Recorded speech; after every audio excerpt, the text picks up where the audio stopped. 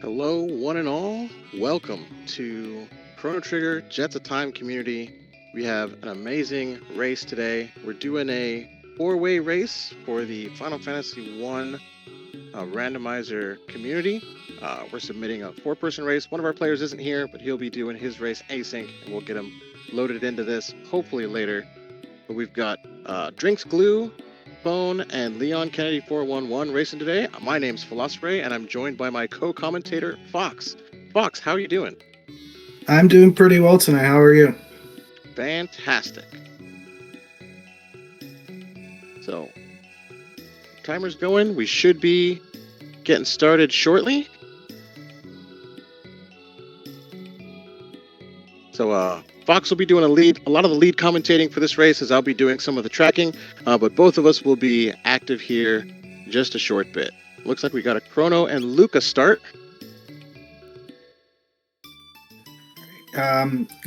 So we get two characters randomly picked to start out, and our goal is this randomizer has multiple go modes. The first of which is you need. We have like three specific key items that we need, which are the gate key, the Dreamstone, and the Ruby Knife, which will allow us to one, go through the Tirana layer, and two, get to the Ocean Palace. And I saw that Phone was going a Lucas right here. So two of our runners went to the Poor Shop, which has a power tab in it. And we also have two of our runners going into the desert immediately.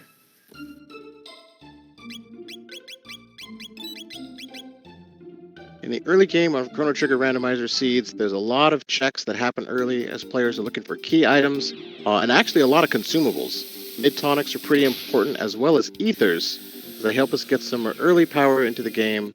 So we'll see our runners take a bit of divergence as they do some of these first couple checks.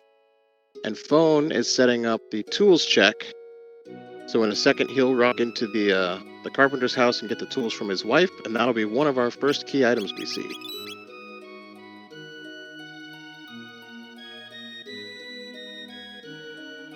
That was a Mermaid Cat +3 in the desert. So we have that gear randomizer on, so like the gear in the game, all the equipment can have like bonus effects or have different effects.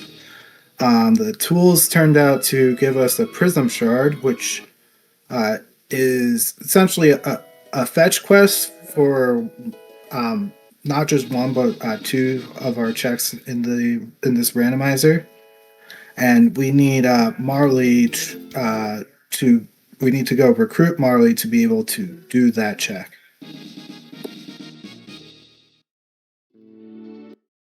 Looks like Leon Kennedy is going to give us the character check in the burrow.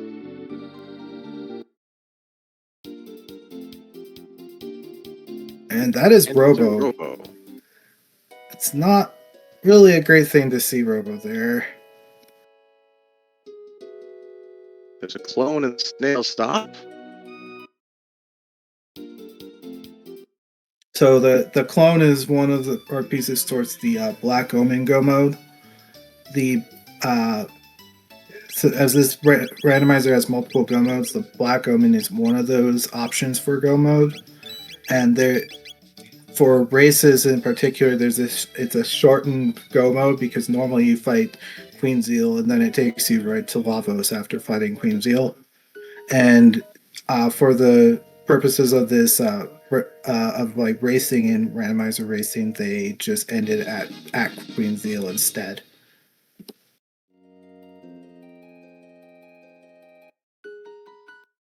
And a couple of things that like there's a lot faster world map movement, and then also the tabs in the game are normally +1, but the power tabs specifically have rolled to +3. They can roll generally between +2 and +4 for race settings in particular. And in the meantime, we're doing a couple fights here to learn some text for Chrono and Luca. Fire and Mega Bomb. I see Slash Life, Chrono, and Fire and Mega Bomb for Luca.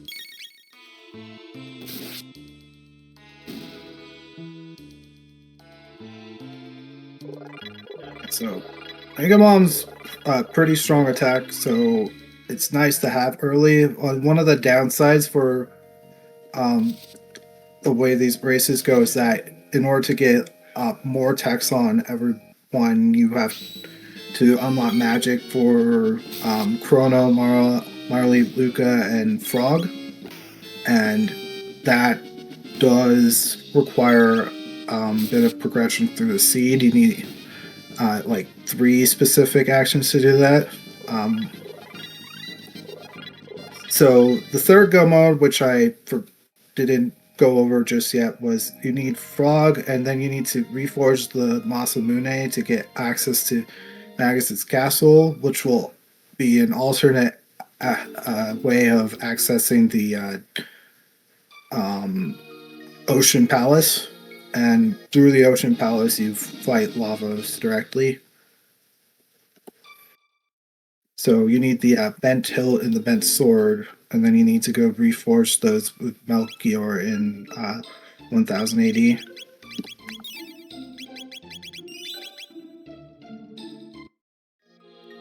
Looks like Glue's about to pick up his Prism Shard.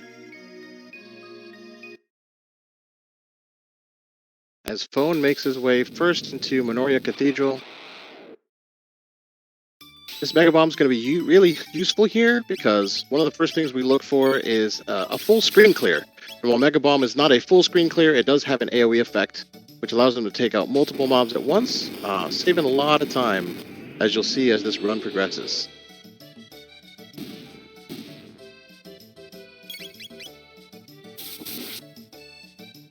One of those things for folks who are not familiar with this randomizer is a lot of things with like the base mechanics of the game are pretty much all the same. A lot of like enemy stats and like rewards are completely changed though, just to balance it for a more open-ended randomizer. And looks like we have our third character here will be Magus. Magus, arguably one of the strongest characters in the randomizer.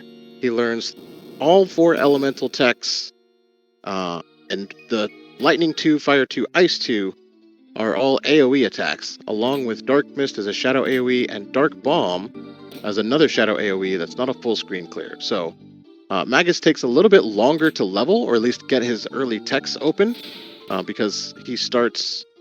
I don't think he starts at a higher level, but his tech points required are a bit higher than the normal characters. So we'll see how useful he is this seed. He's also one of the few characters that does not need to go to the end of time to have magic unlocked. So he's going to learn his entire tech list as he levels, with no extra trip to the end of time required.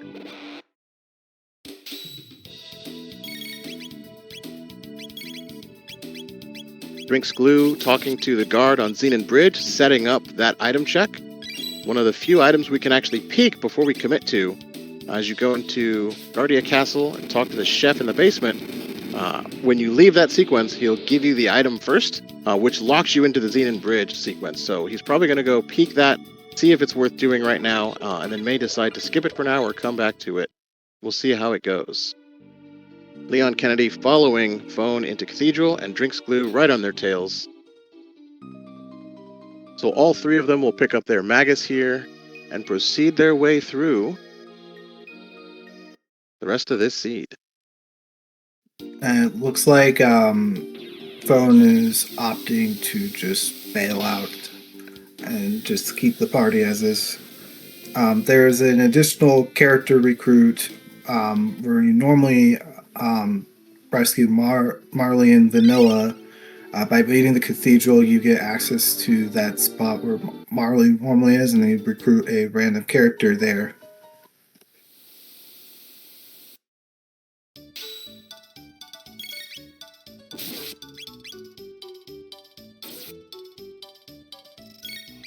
And Phone is immediately opting for Heckran Cave. As long as there's a decent spread move for taking out multiple enemies at once with magic, you're generally fine to go do this. And the big reward is that the tech points you get are quite a bit for this point in the game. You get like 20 to 25 per fight. And so that will help, especially with learning techs on Magus here.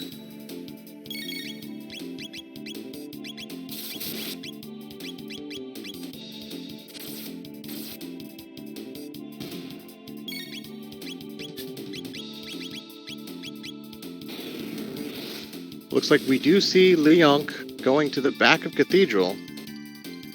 Ooh, and Luca's got Flare as her third ability. So all of our runners will have access to Flare, Luca's most powerful move, and a full screen clear here very soon.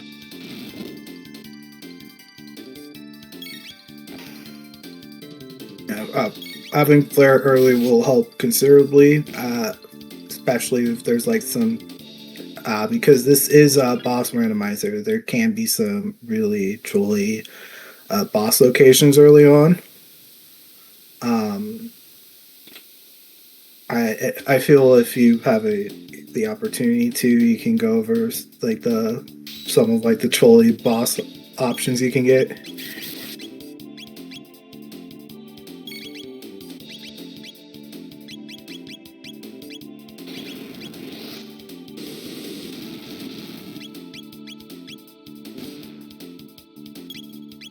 It looks like Glue has also opted to leave.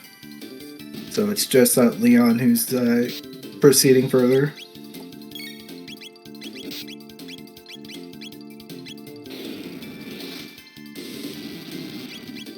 Showing off that almost optimal time warp movement there, setting up perfectly to land right outside Heckran Cave as he's from 600 AD to 1000 AD. Really showing the skill these runners have as they have learned all the ins and outs of this game.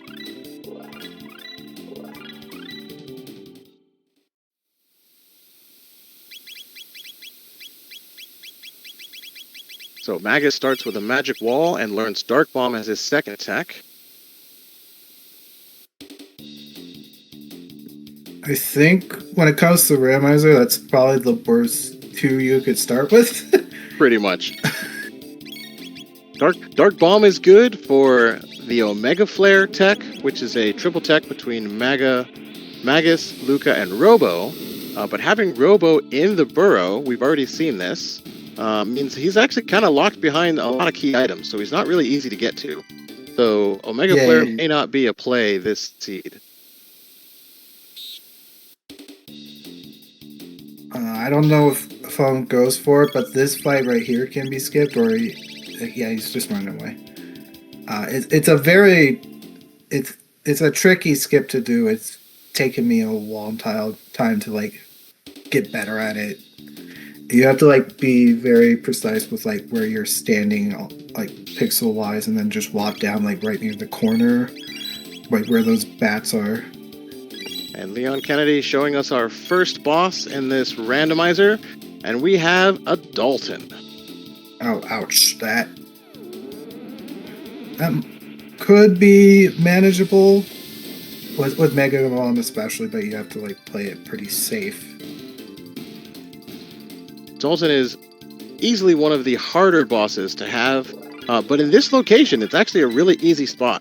Because it's the first boss spot, Dalton's HP is scaled, so it's actually a lot lower than it usually would be. So Dalton here is actually probably pretty good, as we've got enough strength with this team to knock him out pretty quickly before he can do a lot of damage to us.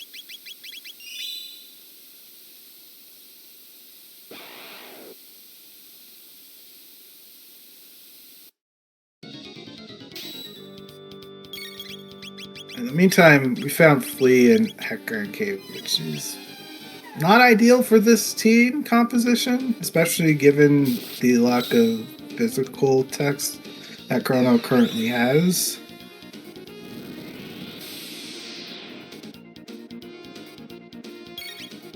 Leon takes out Dalton Plus. Oh, that's a Dalton Plus even. With minimal effort. And while there's no key item back at Cathedral, he will pick up that extra character at the top of Guardia Castle. So we'll see who that is in just a moment. And if that's Marl, that actually might be useful, because all of our runners have the Prism Shard, and like my co-commentator mentioned, you need Marl in order to access the key item behind the Prism Shard. Yeah, if it is, I'd personally be tempted to look for Black Rock. There are 5 rocks in the game that give you secret triple text, and the Black Rock would allow, like, if you were able to like access magic and everything, you'd be able to use the triple tech Dark Eternal, which is a very powerful triple tech.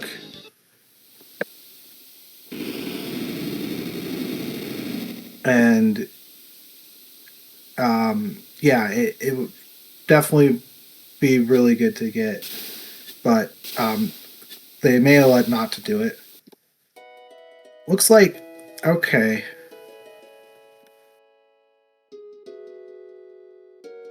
Phone's getting the key item after Heckman Cave from Tavin, and it's a Robo's ribbon. Oh, ouch. That's unfortunate.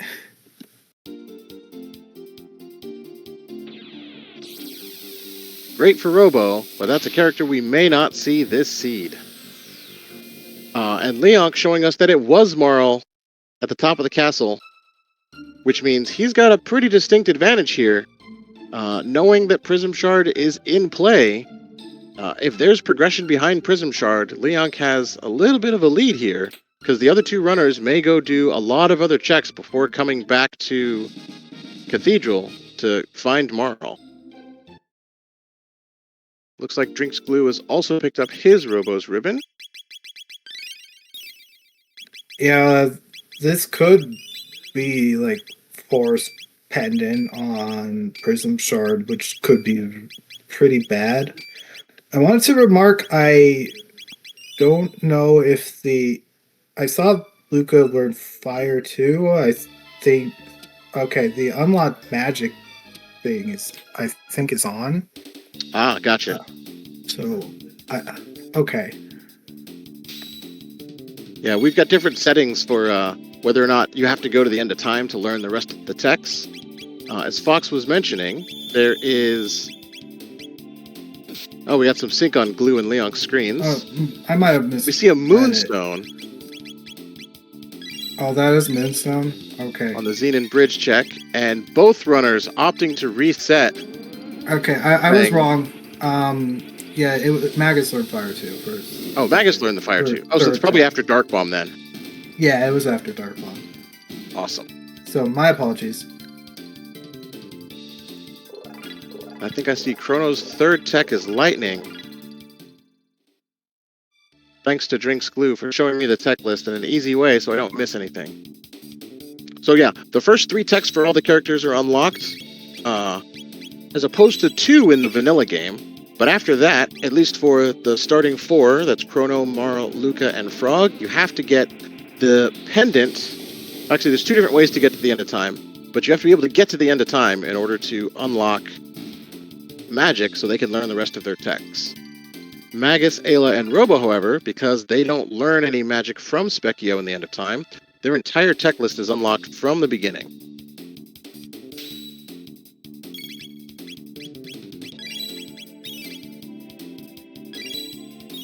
Yeah, so having at least one of them in your party, if you can't unlock magic, is beneficial, if possible.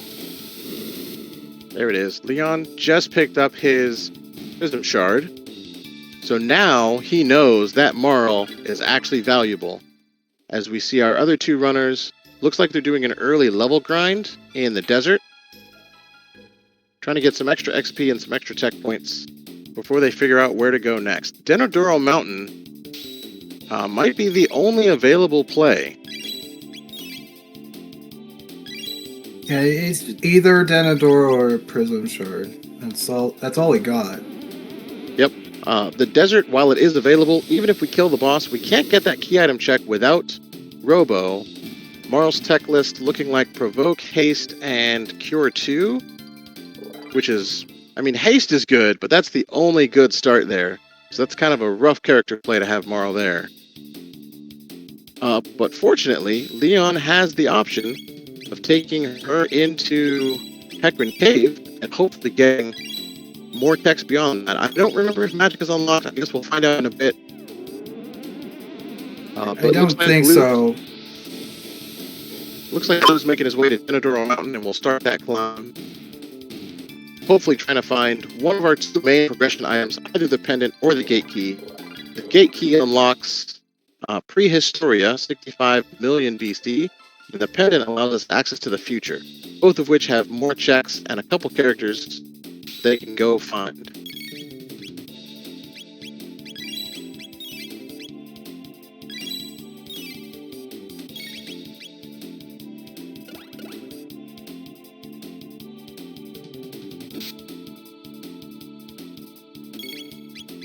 The spiciest thing would be it's unlikely, but it is definitely possible here that you could get both pieces of the Masamune and have to go recruit Robo, and then that leads to either gate key or pendant. That would be pretty spicy. That means one piece would have to be at the top of Denadoro, and the other piece would have to be behind Marl and the Prism Shard. And that would be pretty spicy indeed. I do like some spice in runs. It's always fun. As we say, rando's gonna rando, you never know what's gonna happen. Because all three runners are in different locations, doing different things.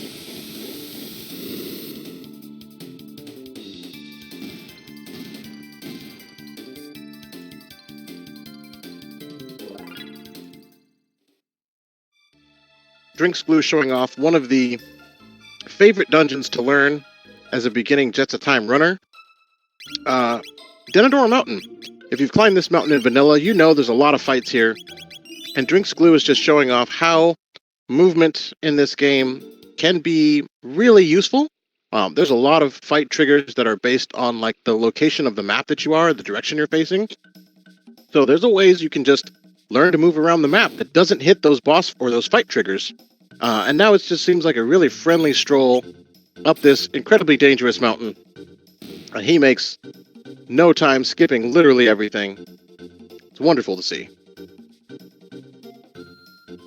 Yeah, it's actually quite punishing to hit the fight triggers in vanilla here, specifically, because a lot of them might from like this point where glue is you can't run away from. So if you like hit them in like a speedrun context, in like vanilla, you lose a huge amount of time. You don't want that to happen if possible.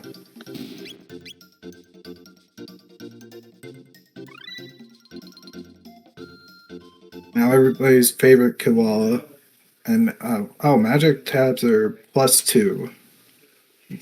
We got power tabs +3, magic tabs +2, and I think speed tabs are +1. I'll sometimes play with speed tabs optionally +2 because I like the extra speed, but speed is king in this game, so faster you are, the less damage you take. Yeah, if speed is a king. Oh my gosh. Yep, I saw it. The rock on Denadoro is a Black Rock Plus, so hopefully Glue shows us what special effects that has, but having a Black Rock here is really good, especially because we have the team for this check in play. Sure do. It's just that Arlie and Luca will have to learn Fire 2, or Ice 2 and Fire 2 respectively, as well as Magus learning Dark Matter.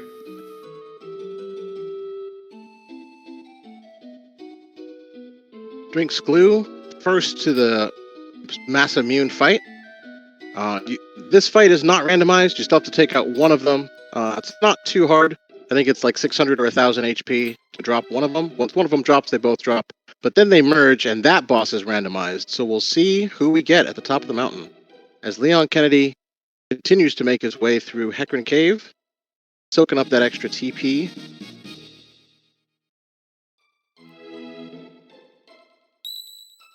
And some like niche things, which are looks like that's actually heads up, which I think Glue picked up a Berserker, and the Berserker on Chrono here prevents confusion, so that's a really heads up play. And that attack that the two his Mothman Moon did does inflict confuse, so like the chaos stats in this stats, excuse me. So, but okay, that's not ideal for having a Berserker. Nope, not at all.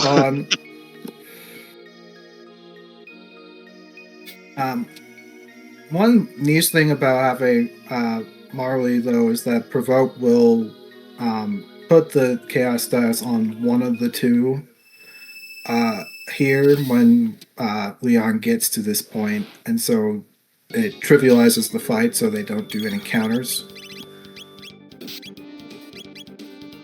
Auto spawn with that AoE counterattack. Glue's gonna have a little bit of a challenge here, because he can't control who Chrono attacks. And he's not allowed to use Flare, his strongest ability right now, because it'll also trigger that counterattack. So he's really got to hope that Chrono does not accidentally kill his team with these autos. Yeah. The Blackrock was a speed +2. That's going to be fantastic. I can imagine that going on Luca very quickly, because Luca always needs some of that extra speed.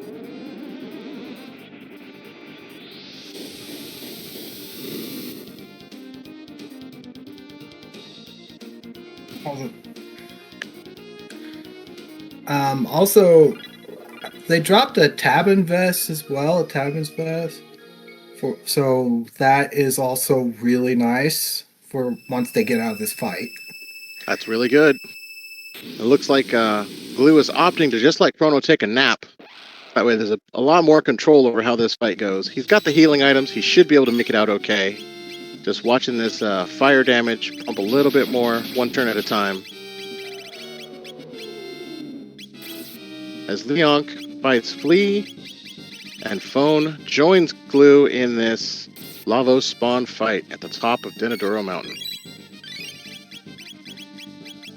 Yeah, I love the rock attacks. I think out of like there is a tech like list of just like displaying a lot of the damage stuff for all the techs. There's a site that just does that, and of like all the like the top 5 strongest techs, 3 of them are rocks. Not surprising. Those rocks are pretty good. What's the third one? If you said 3 of them are rocks, I know Black Rock would be one, Blue Rock would be another. What's the third? Gold Rock is Gold Rock. Yeah, Grand other Dream. one, yeah. I think that requires Frog to be low HP though, wouldn't it? Yes, for its maximized damage. Gotcha. Okay.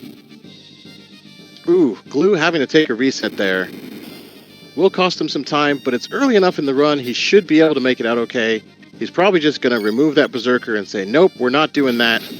Let's put something else on so we got more control and all 3 characters able to do some stuff. Fortunately, he did take the save at top of Denadoro, so he's not too far behind. And Leonk clearing out Flea in Hecarim Cave and will soon pick up his Robos ribbon.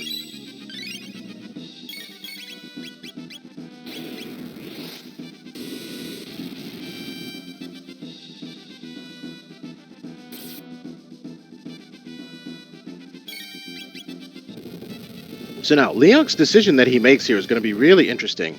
Does he decide to go up to Naduro, or does he take Marl? Oh, he does take the time to pet the cat. Arguably the most important check. We have it on our tracker for a reason. Hopefully Leon decides to go do this Marl Prism Shard check. So we see a little bit more of the seed, but also this payoff for Marl. We don't know the item at the top of Denaduro yet, but it could be... We'll see. Let's see. Leon's checking. So now he knows what the clone is. He's like, nope, I don't want that yet.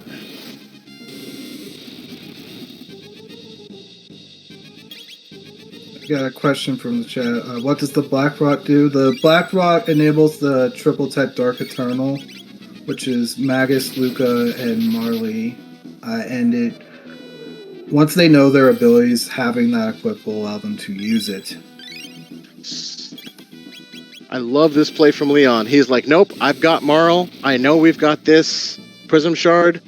And sometimes our runners are really good about not doing the back of Cathedral. So Leon, having done it, is like, wait, I might have an advantage here. Let me go see if this pays off.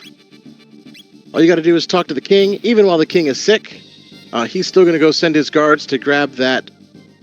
The Prism Shard, generally you get it in Giant's Claw, but in this case, once you have the key item, it sets up the 1000 AD Guardia Castle to have the basement open, so you can go take Marl to the basement and see what the key item is there. So let's hope that this is a good play, and it looks like Phone made his way through the Lavo spawn, and he'll pick up something here at the top of this mountain. Let's see what it is.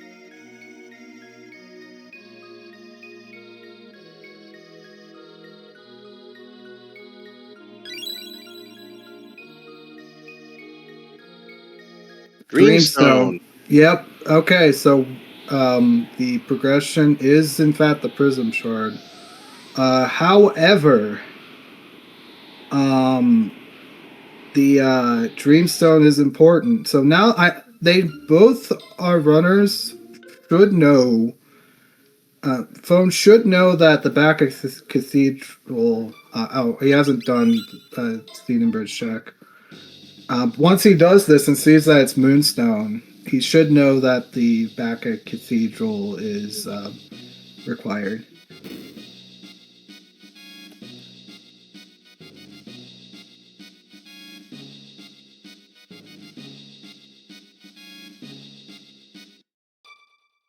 Did Phone get... No. It looks like he forgot to set it up. This is something I was struggling to do with when I was playing these, just forgetting to go talk to the guy. No, so he did talk to the king, but he doesn't know where Marl is. So he's prepped to get the Prism Shard.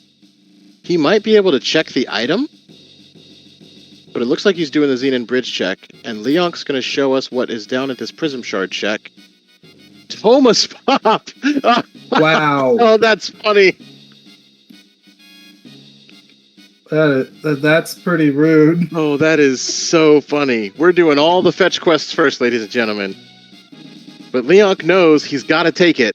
So Thomas Pop unlocks Giant's Claw, and in Giant's Claw, we have to find either pendant or gate key in order to unlock more of this seed. Leonk still has a bit of an advantage here, because neither of the other runners... Bone knows, he's like, all right, I got to go to the back of Cathedral. There's got to be somebody there, probably Marl, because Marl's the only one that locks a check. So Phone will be second to get Marl, while Leonk is doing this Guardia basement 1000 AD trial sequence. You have to have Marl to do it. This is an interesting race. Yeah, I don't know if Phone and Glue will elect to just put her in the party, given the fact that they found the Black Rock already. We'll see. Very true. Oh, you're right. Leonk doesn't know where the Black Rock is. So he could be at a disadvantage for not having that. Man, that's interesting. But also along with that, since we love talking about spice here, neither Phone nor Glue knows that Marl is in the back of Cathedral. We know, but they don't. I don't think they knows now. Burrow either. I think Phone knows now, just due to the fact that like every location has to be accessible. So I don't think Phone or Glue peeked the burrow. There's a good chance that they're hoping it's Robo in the back of Cathedral, because Robo would unlock the desert check. Oh, right. They didn't peek the burrow, right? Okay, yeah. And I see the question in chat. Phone is in a slight lead. I would actually say that Leon is in a slight lead here, because Phone is going to find Marl, which means he has to go do the Prism Shard check. So Leon's technically the farthest ahead in seed knowledge, even though he doesn't have the Dreamstone from Denaduro. But the Dreamstone may not be required, depending on which go mode our runners choose to find or decide to pursue.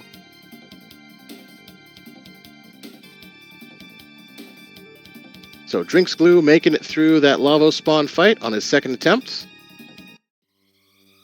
And will pick up his Moonstone and then realize he's got to go find a character somewhere. Everything else, all the progression checks are locked behind characters. You need Robo for Desert, or you need Marl for Prism Shard, and he'll have to go to the back of Cathedral as well. Leonk finding the Mother Brain fight in this desert spot. Probably a pretty challenging fight for this location. Mother Brain's pretty strong, and if you take out all three of her window shield computers, she just does a lot of damage, and our party's pretty weak. So again, another fight where we can't really use all of our AoE to its advantage.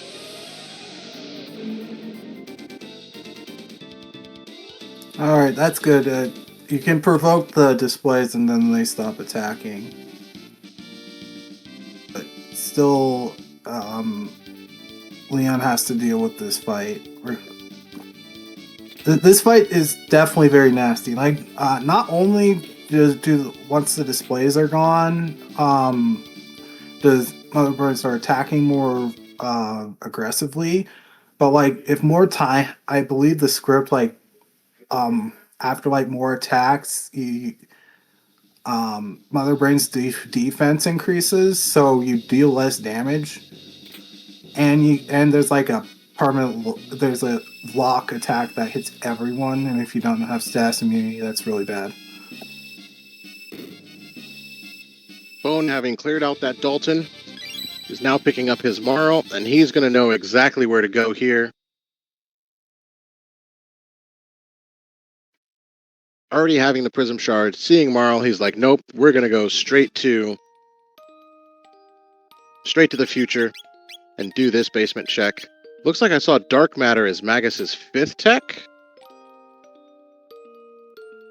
I didn't get his 4th one. Yeah, to respond to chat here, I wonder if there's a crossover somehow between Chrono Trigger and Super Metroid, and we can switch the Mother Brain boss locations. So we get the Metroid boss in Chrono Trigger, and they get this boss in their game. I watch a lot of Link to the Past SMZ3 randomizers, so it's kind of funny that you mentioned that. I hadn't really realized they were the same name. Yeah, they are. I tend to not overthink it too much, but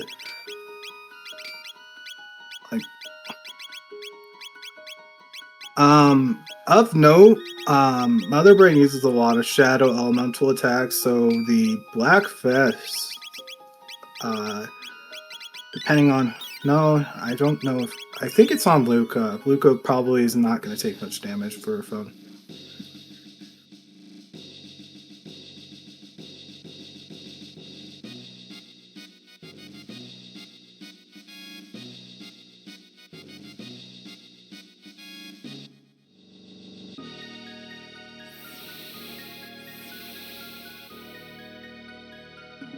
Yep, Leon having a bit of trouble with this fight. Marl keeps getting knocked out, and it looks like he just ran out of revives. Yeah, this might be getting a little dicey.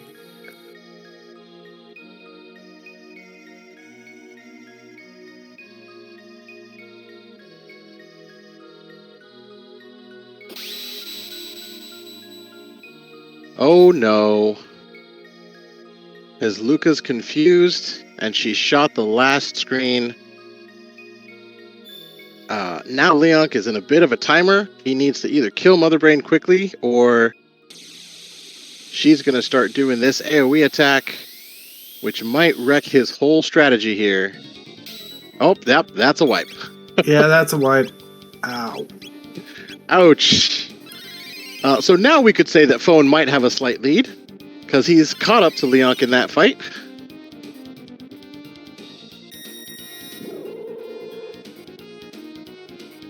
Let's see how Phone deals with this this nasty-looking mother brain over here.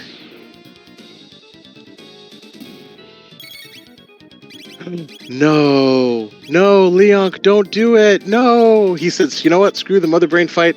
Let me just go climb Denadoro. Maybe progression is there. We know it's not. However, the Black Rock is there. Yeah, he will get his Black Rock, so that's good. But, like, we know that he needs to go kill that mother brain. So he's going to be putting himself at a bit of a disadvantage here. But there's still plenty of seed left. It's not like he's completely out of it. There's a lot of game to happen. There's a lot more bosses, a lot more dungeons, and a lot of other choices that can determine which way the runners go.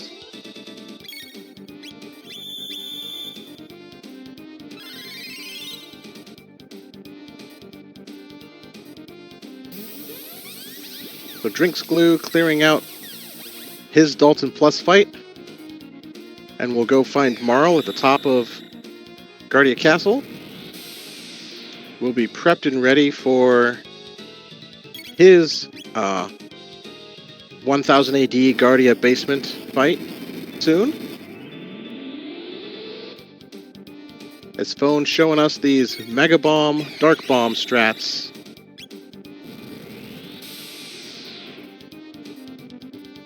With Marl, looks like a sign to healing, just to make sure people don't fall.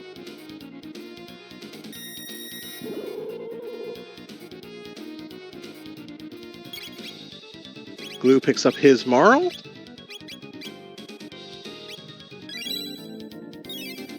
It looks like Marl just got knocked out for Phone.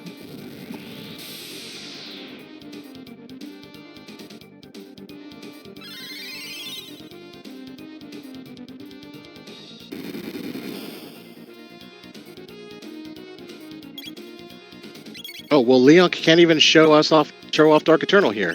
He doesn't have Dark Matter yet, and we don't have Ice 2 or Fire 2 on Luca or Marl. And we currently don't. So he'll get his Black Rock, and then go, wait, I can't use it yet.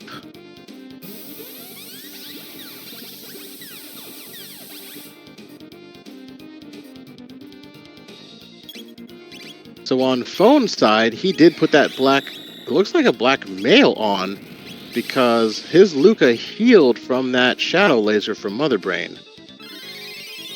She has a black vest on, I think. Something that absorbs, even if it's a little bit.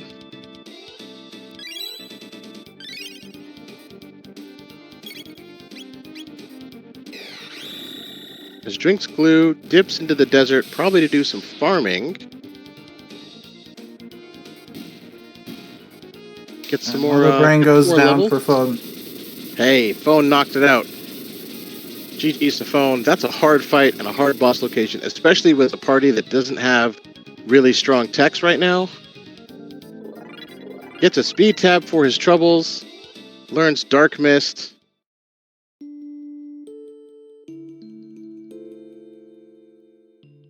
And let's see what the... Oh, we already have the key item there, don't we? Thomas Pop.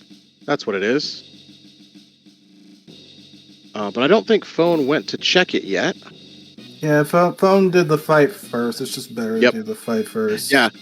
He knows that he has to do the fight anyways, so it makes more sense to just go knock that out, and then go down, pick up your item, and know where to go next. So he'll get his Thomas Pop. Looks like... And then... Oh, go ahead. Go ahead. It looks like Glue's opted to take Magus out of the party.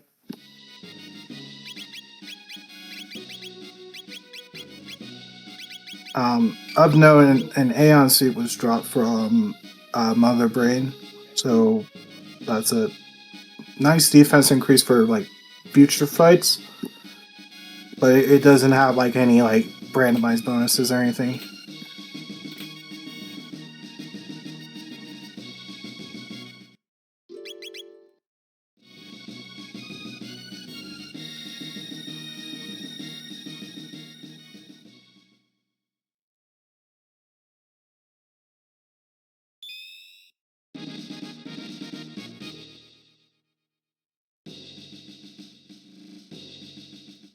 Alright, so now we are gonna go to this next quest. I think Glue forgot to hand the prism shard into the king in 600. You have to do that first. Go talk to him, and then it prepares the whole sequence. Yep. Remembering what triggers need to happen in what order is one of the slightly more challenging things about this randomizer, but hey, rando's gonna rando.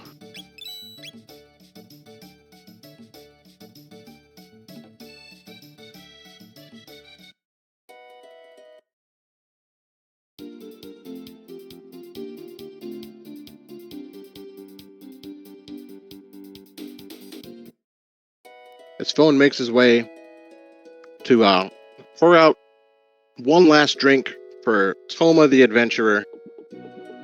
We'll open up Giant's Claw, and we'll get another key item in the back of Giant's Claw.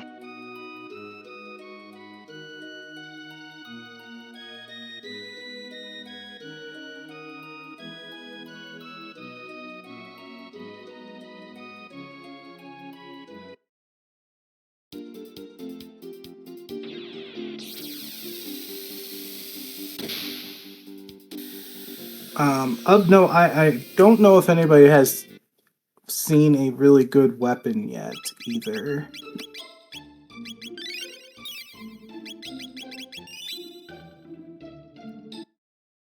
Glue opting to take the Moonstone on Xenon Bridge. He peeked it earlier, so he knew it was there.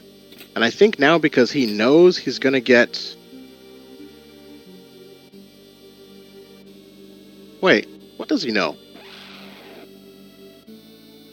I Pending think... gets his future access, Gatekey gets his past access. Well, you need both to turn in the Moonstone. I think he wants to, like, do a little bit more fighting. It could be. He's also... I think there's also a chance where he's prepping for... He might need Gate... So it's likely this seed will have Gatekey and Pendant. One opens the past, Prehistoria, one opens the future, and you need both to turn in the Moonstone. So because the Prism Shard check is already done, there is another key item after you charge the Moonstone by talking to Melkor. So Glue might be prepping for that, since he knows that the Guardia Basement check is logical and is required, actually.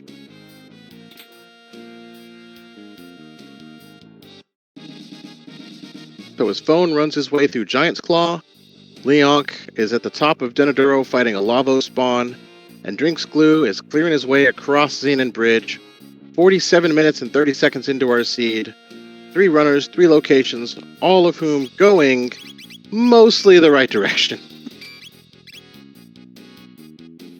So that was a white rock with that also had speed +2 in it in that chest. That was from the Giant's Claw? Yes. Yeah, there we go.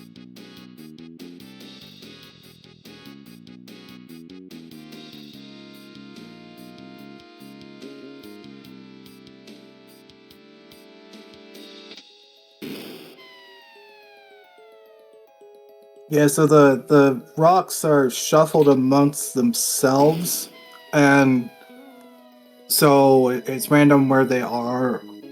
Like they're not like shuffled like amongst the like other like items that you can pick up. But and we have a... Go ahead. I was gonna say, we have a Yakra on Xenon Bridge. Decided to leave the cathedral and go for a walk. Probably got stuck on the bridge, getting back, crossing the border back into his home city. And we have a Zombor here at the end of Giant's Claw. Zombor and Giant's Claw is not too bad.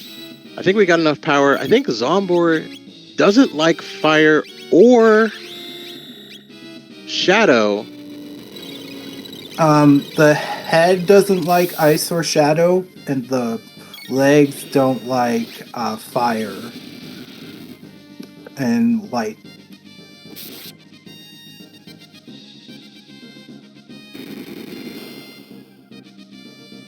Leon Kennedy taking out that lava spawn fight. Will pick up his Dreamstone here. DrinksGlue clearing out the easy Yakron Xenon Bridge. Let's see where Glue goes next. I think he's got to go back to... yeah, he's got to go back and do the Guardia basement sequence.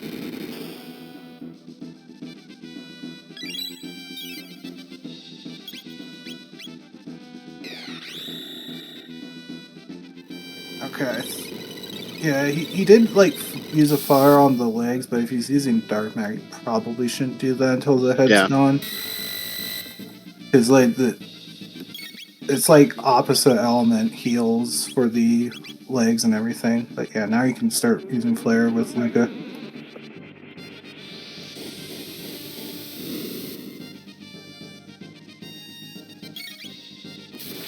And to continue the discussion about the rock locations, there's the one in Denadoro. In Vanilla, you actually have to power, you have to do Frog side quest to power up the Masamune, and then go back to Denadoro and catch one of those rocks with Frog leading, and you'll get the gold rock there. The blue rock is in Giant's Claw in that one chest that we saw on the way. The other three are, there's one in Luruba Village, there's one, and we got the gate key.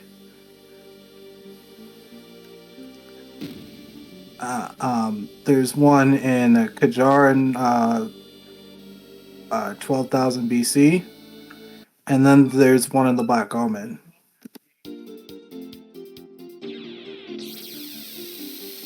That gate key is a pretty huge play.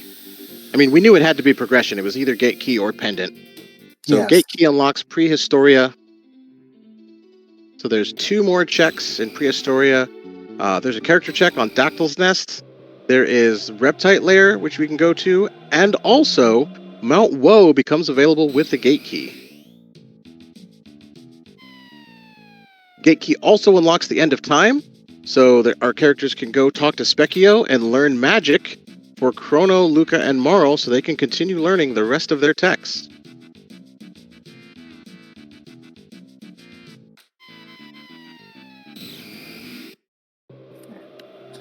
So, given the whole bottleneck situation here, I do want to know: are these brothers gonna just opt for the rock, or are they gonna try to do something that they prefer differently?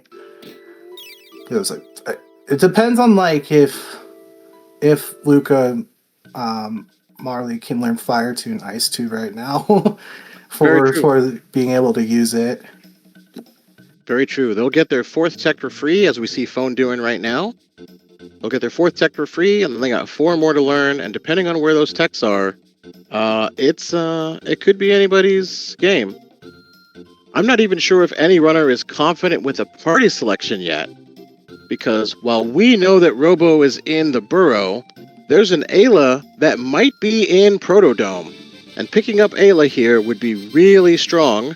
She is one of the strongest characters in the game. She synergizes well with almost everyone, and that might be worth swapping out for.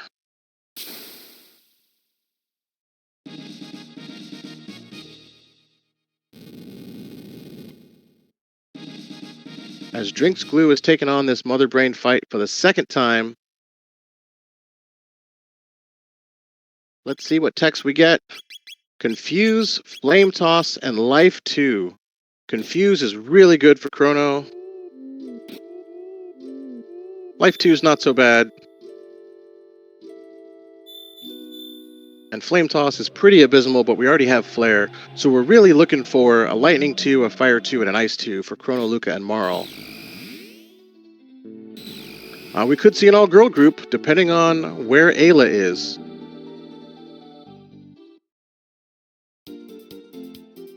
I'm sorry, I said Protodome when I meant Dactyl's Nest, because we don't have Future unlocked yet. But there's a character at the top of Dactyl's Nest who starts at level 15.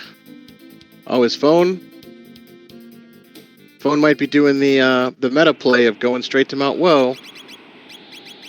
I'm surprised he didn't go check the character on Dactyl's Nest, though. Maybe he feels like he doesn't need it.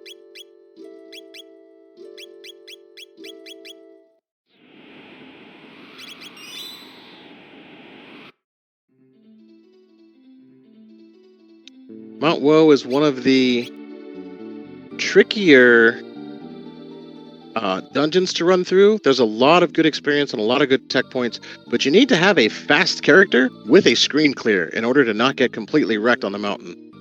He's got a Magus wearing a Black Rock with extra speed, and Magus has Dark Matter, so he's probably going to come up here, get the early quick levels, a lot of good items on Mount Woe as well. And then another key item after that check. And DrinksGlue knocking out that Mother Brain fight, getting his revenge, and will soon pick up his Thomas Pop if he hasn't gotten it from the basement already. Will have to make his way into Giant's Claw.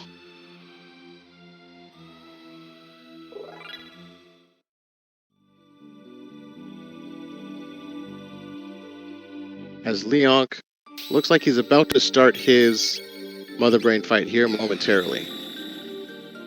And as chat does mention, Confuse is great on Chrono, but you gotta have a good sword for it. And I don't think we've seen a good Chrono sword yet.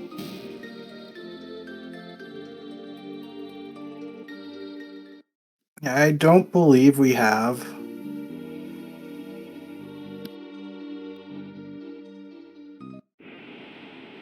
I think there's a Demon Edge, but it's not really one of his really good swords. In Giant's Claw, there was a siren for Marley, but that's really it. It's not. There aren't really like that many good options here. Yeah, I love finding weapons for Luca and Marl who never use an auto attack.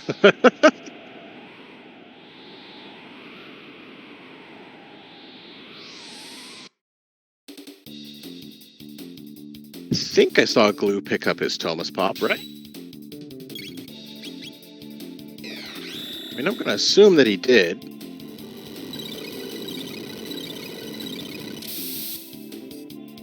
I'd think so.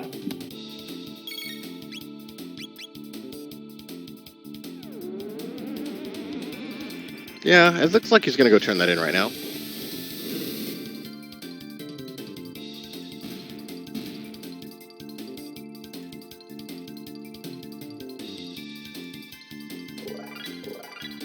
Leonk getting some extra magic tabs for some of the mobs on... Excuse me, sorry. Phone getting extra magic tabs off of the mobs on Mount Woe.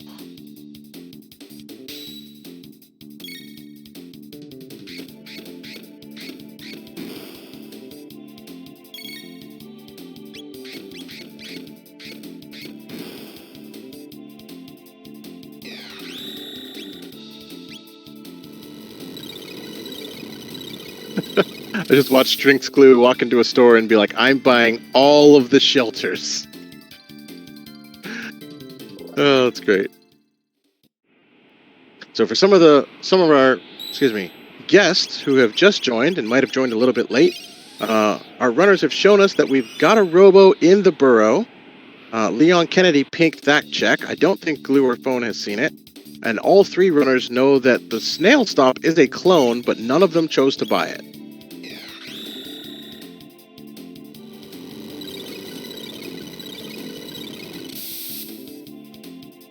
So we've got all of Future to do still. We've got all of Prehistoria to do still.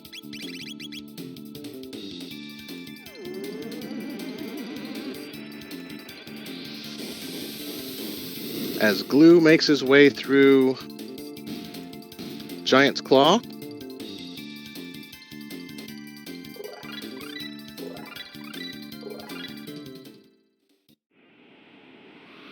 Leonk is showing off his Dark Bomb strats on Mother Brain as well. Oh, he's dropping a flare. He may have done his damage calculations, saying this should be enough to kill Mother Brain even with this last screen. There it is. Knocks it out. Mother Brain can't attack you if she's dead.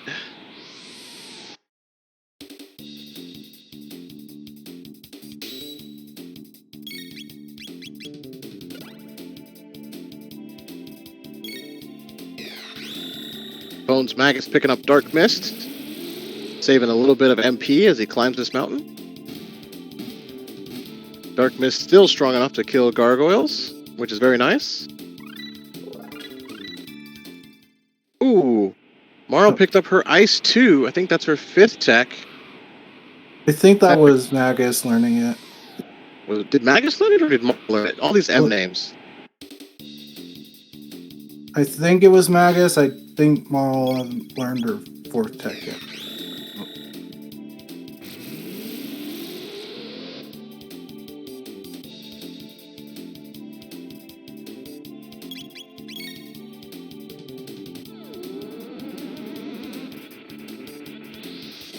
Yeah, Nate, we had the Black Rock. It was in Denadoro, and it had speed +2 on it.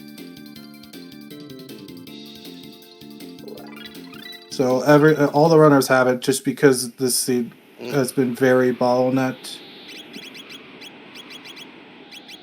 Yeah, Fox, you were correct. That was Magus learning Ice 2. His Marl just unlocked her 4th tech, Life 2.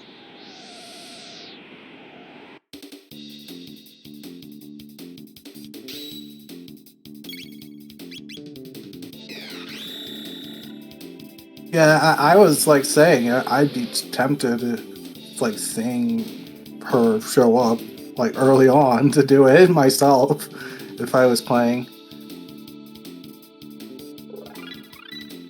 Yeah, all these extra magic tabs here. Magus learned Lightning 2.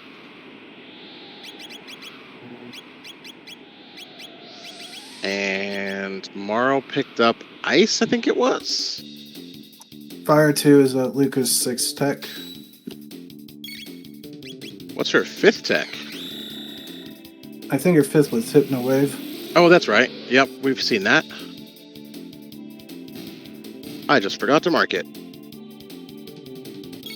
So now we're just hoping that Fire 2...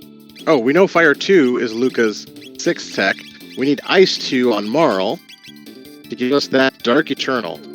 Yes. Let's hope it's not tech number 8, because it usually is. Oh, yeah, I know. I hate when it is. DrinksGlue approaching his Zombor fight in the back of Giant's Claw. We'll pick up his gate key after this fight. And Leonk making his way into Giant's Claw. A little bit behind our runners, but not so far behind that it's not possible to catch up.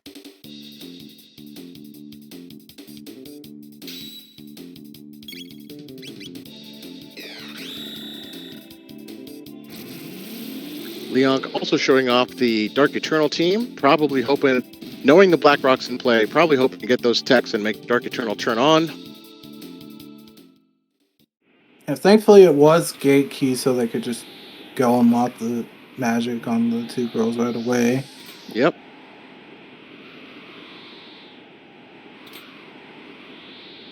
If it had been the pendant instead of the gate key, there's still a way to unlock magic. You just got to go through the factory to get there. So the pendant would unlock the future after doing the Chrono steals Marl's pendant sequence in the Guardia jail. You get access to the future. The pendant is fully charged right away in the randomizer. So you can start opening sealed doors and sealed chests.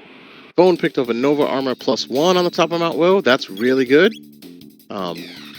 But after you reach the future, you can go to the factory, do the factory sequence, kill the boss. It unlocks the door. You can go through the gate in the back of Protodome where you would usually pick up Robo, and you can get to the end of time that way as well. Oh gosh, it's still not there yet. Did Mara learn her 6th tech? No, our 6th tech is re-raise. I just saw Bone check. So it's going to be 7 or 8, that Ice 2 on Marl.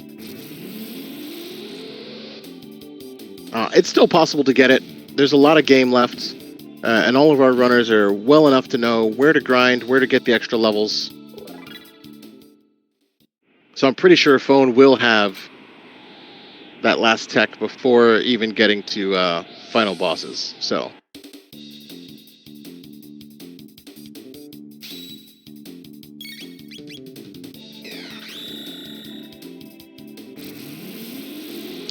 DrinksGlue having a little bit of trouble with Zombor as his Marl fades, but he's got Chrono with life. Makes it a lot less scary and less reliant on revives. I'm really curious to see how many... Oh, there it is. Ice 2 is your 7th tech. Kind of curious to see how many magic tabs. Looks like I saw 10 power tabs in Phone's inventory and another 8 magic tabs. They've been dropping them here. Yeah, the gargoyles on Mount Woe are dropping magic tabs, which is super nice. Not speed tabs, but still pretty good. Especially if you're rocking a Dark Eternal tech list, that's going to be a really hard-hitting Dark Eternal.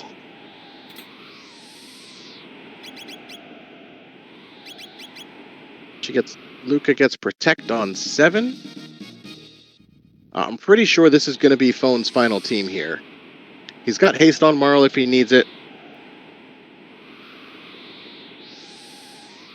If he needs single target damage, he's got an Antipode and a Dark Bomb, which help with single target. If it's AoE bosses, he's got the strongest AoEs with Flare and Dark Matter. And there's a Nizbal on the top of Mount Woe. Nizbal 2 on the top of Mount Woe.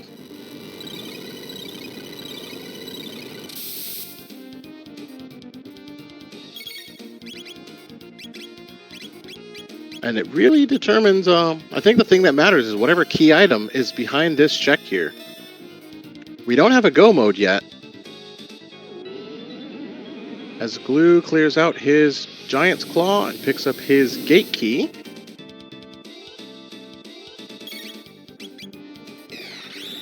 Completely forgot to mark Phone's gate key. Thank you, chat, for keeping me honest on the tracker. If I missed something, let me know. I will make sure the tracker's up to date. Yeah, you can just spam magic against Nizbal 2 and he'll just end up going down. This is like normally like lightning lowers defense and attacking ups its defense, but his magic defense stays the same. That's same from vanilla, it's not changed.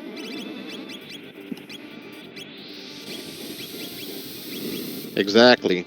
And with a strong magic team like we have, you can see the damage numbers getting pumped in. Not even a challenge for Phone. Didn't even need to throw an ether. Yeah, there in a vanilla like glitchless run, a Japanese runner did that kind of thing using Luca and Ayla's Fire Whirl to deal with that fight, and it just goes down to it so quick in vanilla. Let's see what we get. It's our key item check on Mount Woe, while Glue does reverse NASCAR to unlock magic. And there's a pendant. That's pretty huge. Phone has access to both the past and the future. Can charge his Sunstone for a key item there, which is really easy. Opens all the sealed doors and sealed checks. The entire world is open to Phone as he goes back into the past to pick up another rock.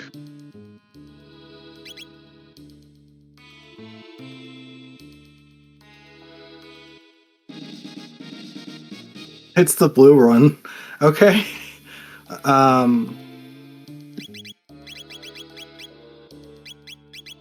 Magic Blue rock with a magic +6. Oh my goodness. Black rock with speed, white rock with speed, blue rock with magic plus. That's insane. Looks like Phone will go take the heal.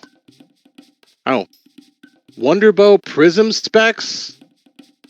Ooh, that is that almost makes worth going up there, worth farming.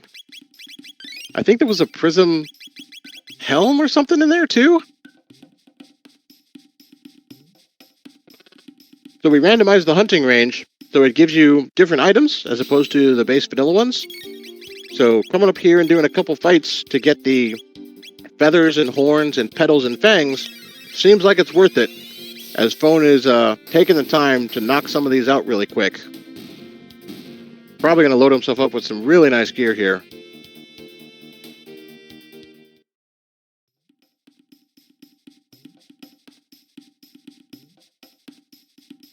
As Leonk is doing his gate key checks.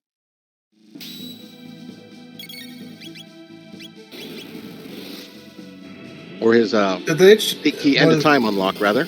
Was the new reward changed for Rando? I don't know. I think this might be my first time actually seeing someone come into the hunting range for Rando. The new usually gives you, I think it's 3 of each item. And then for the first time you fight him, you get the third eye accessory. Yep. If you talk to him after the fight before he leaves the screen, you can talk to him again to pick up a third eye. I don't know if he's got an item here. Yeah, I don't know either. That's why. But Phone may not even waste his time for new. He might just be like, nope, I'm just going to do some of the easy fights really quick and knock this out, get what I need to buy what I need, and be done. Yeah, so in vanilla, in the hunting range, there's a new that spawns specifically once it starts raining after an amount of time has passed, but he spawns in like 3 locations on the map. So it's tricky to actually get to him. And if you run into him, you fight him, and then once you win, you get the rewards, and then the third eye is what goes on with it. Yep, and Glue is making his way into Reptite Layer. So we'll get another check here. As Leonk unlocks magic for his party, seeing what's coming ahead and going, ugh, this looks gross. Decides on that BlackRock team again.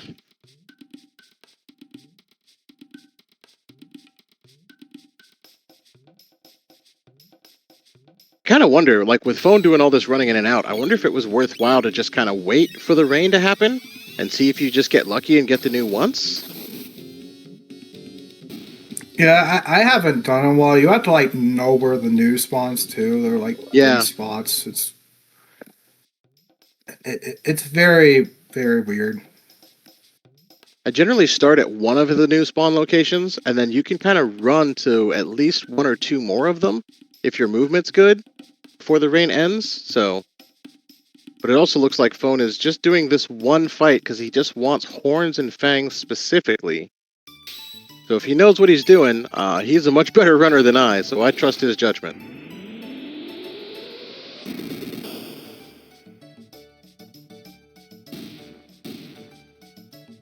Looks like we got Golem Boss in the Reptite Lair here.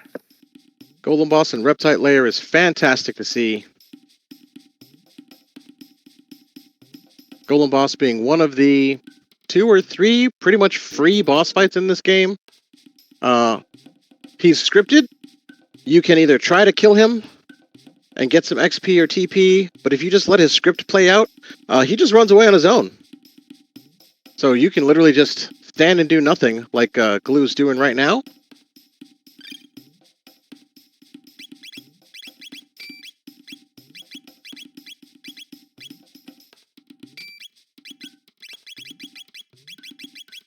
Yep, so Phone did pick up a Prism Specs as he dumps all these extra magic tabs into this Magus. He's like, nah, we're going to powerhouse this sucker.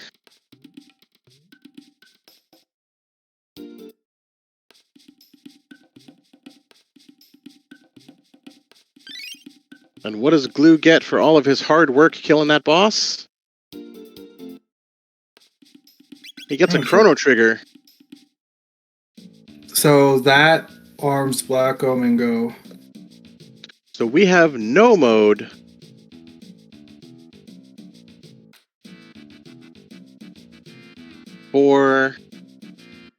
So the audience is in no mode. We have the Chrono Trigger in Reptite Lair. We have the Pendant at the top of Mount Woe, and the Clone is in Snail Stop. That is our first logical go mode. But none of our runners have all of those pieces yet.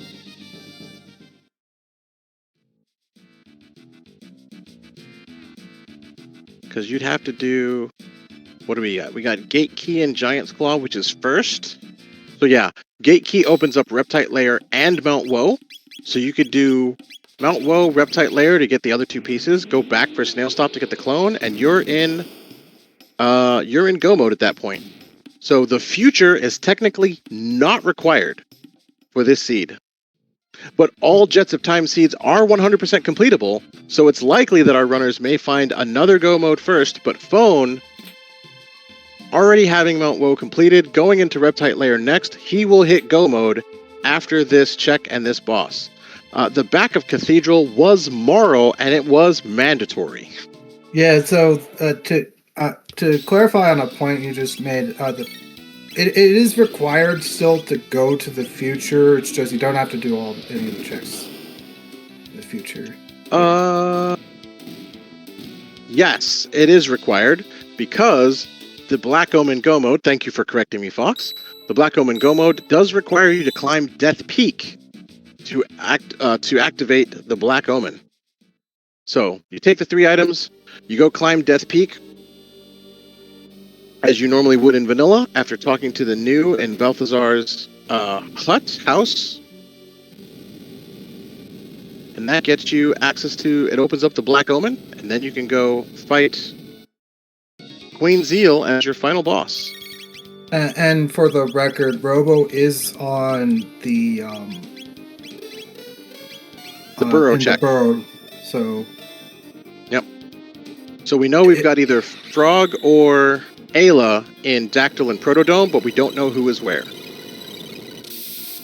At this point, it's even possible that the Ruby Knife, which is necessary for the Tyrannolair Go mode, is behind Robo. So could be. It could be. So you're right. It could be that people could come get Dactyl's Nest, which could have Robo, and then get Ruby Knife, which would unlock Tyrannolair Go mode. Love the theory. We would need the 2 things to do that, and so, like, it's like either that or it leads to Jerky, right? Because we saw. Ooh, yeah. So yeah, we haven't found Jerky. It's a coin yet. flip between Jerky and Ruby Knife behind Robo here. So I think you just gotta commit to Black Omen at this point. Now that Phone has all the pieces he needs. Yeah, I mean, Phone will find Black Omen first. He's comfortable with Black Omen. He's not going to be worried about trying to find anything else. He's got a strong enough team comp. He knows he has Dark Eternal on his unlock list. He's got a souped up Magus. He's just gonna, he's just going to get the clone right now. He'll grab his clone. He'll be first in go mode here.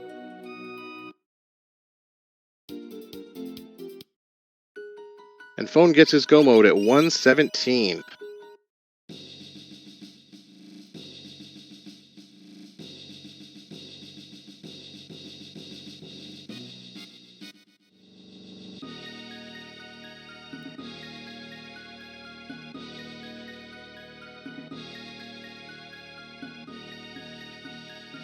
The good news is both Glue and Leonk are climbing Mount Woe. So they're going to find their pendant here really quickly. Yeah, I should also emphasize, because Bone did do Reptite Lair there, because you have to go through the prison sequence to get to the future, like you do in Vanilla originally. And so he did not want to commit to that and just see if the Ruby Knife was just in Reptite Lair, and if he was like just in case, you know. Yeah. A lot of decision making in a Jet seed is, what's a quick check I can do before locking myself into something that gives me way too many options? So, and the Reptite Lair having Golem Boss is just Makes it so much easier. It's a quick dungeon to run through. The boss being laughable is even easier. So I think right now, Glue will pick up his pendant, will be in no mode, and will probably immediately go back to get his clone. Leonk, on the other hand, has not done Reptite Layer yet. So he might get his pendant and then decide to dip into the future and do some of the other quick checks in the future. Arisdome is pretty quick. The Son of Sun check in Sun Palace is literally just walk in and fight a boss. So he may decide to go do that instead of going back into Reptite Layer. It would be cool if you found Ruby Knife. So we could see two different go modes happening here. Where is Phone going? He went to check those chests. I think there's like a like high tier chest over there, like a higher tier chest. I don't know all the chest tiering myself, but I've gotten some really good equipment from those chests. Maybe he went the wrong way.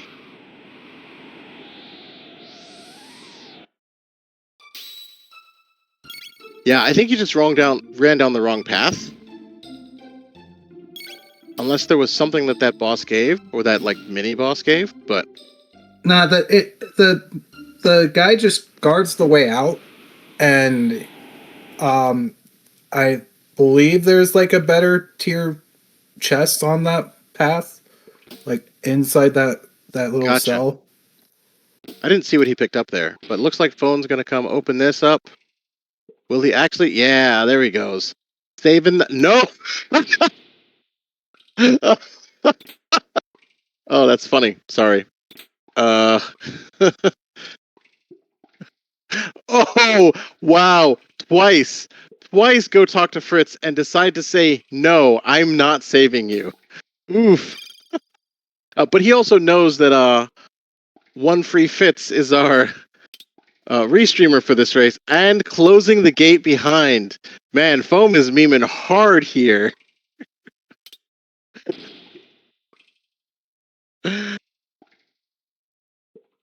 Oh. Okay, he's just teasing. Right. That was very worth it. That was very worth it. I gotta make a note to talk to Phone about that if we get him in here for commentary. I don't think Phone does post-race interviews, but man, that's fantastic.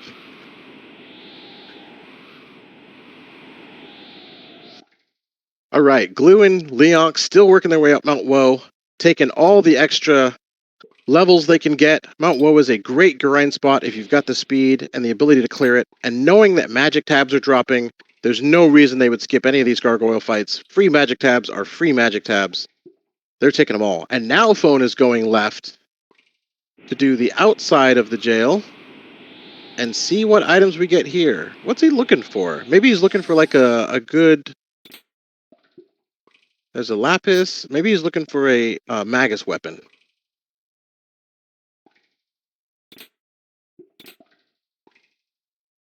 Double flint edge, -2.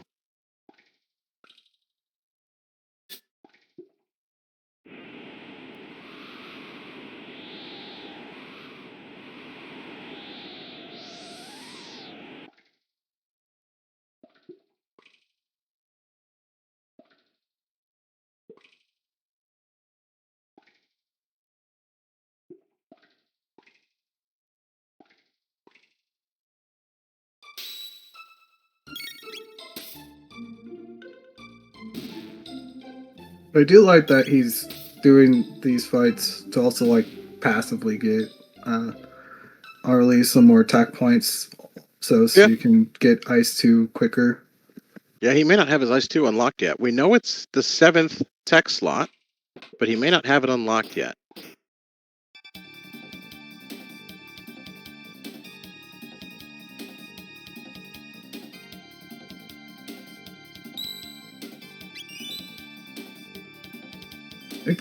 I believe that I said it earlier, we picked up a Siren on her, which is like one of her best weapons.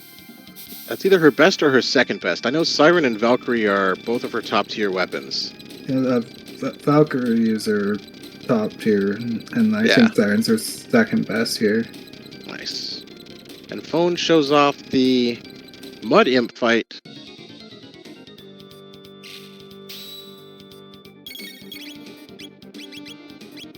Mud Imp fight being not too complicated, because you can just hit Mud Imp, and if you deal, I think it's 500 damage to Mud Imp, you win.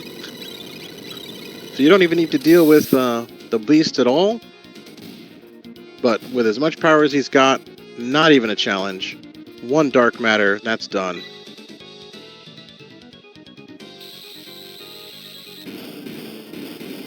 So Luca's last ability is going to be... What are we missing here? I think Napalm. Yeah, that's what it is.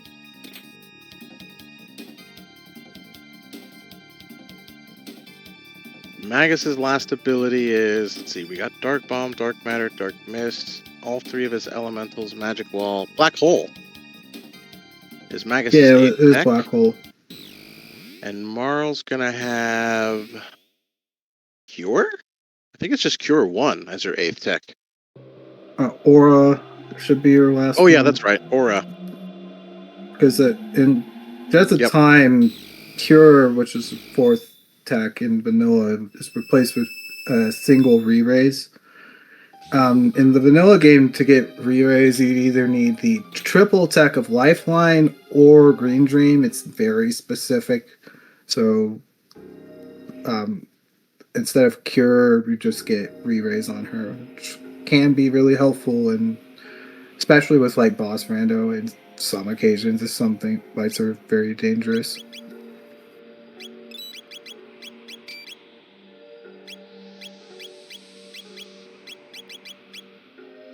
Phone finding some load helms, doing a little bit of shopping to get rid of some hide caps. But he'll take a little bit of time. Open up some sealed doors. Get a couple more tabs. Hopefully a couple more items. As DrinksGlue has cleared his Mount Woe check.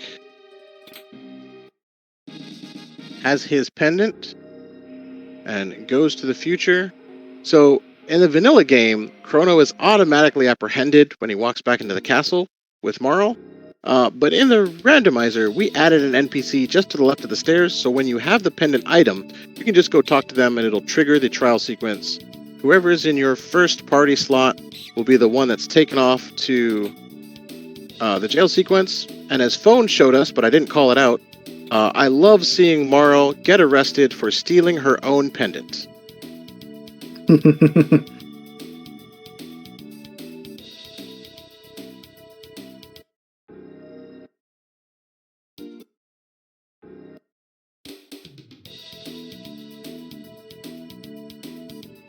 Phone doing some of the item checks in Lab 16. Might go peek Lab 32 as well. He usually does. Zodiac Cape +2, super nice though. Wow, that's huge. Okay. That is a nice thing to find for 4 seconds of a check. And a Rainbow Helm, man. He's probably really happy to be seeing these. Rainbow Helm being extra useful because Zeal 2 does do lightning damage. So having that extra resist there is super nice.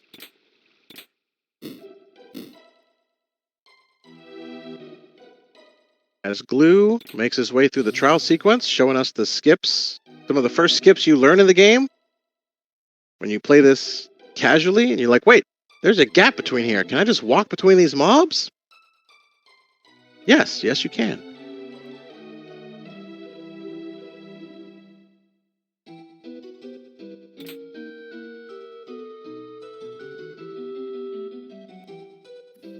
All the way through the sewers for these. I really want some more gear. Yeah, he's probably looking for something. Maybe something for Magus, just to hope that he gets something good. But I don't think he'll do anything other than climb Mount Woe here. Or excuse me, Death Peak. Leonk showing off that Dark Eternal triple tech at the top of Mount Woe that he's got unlocked.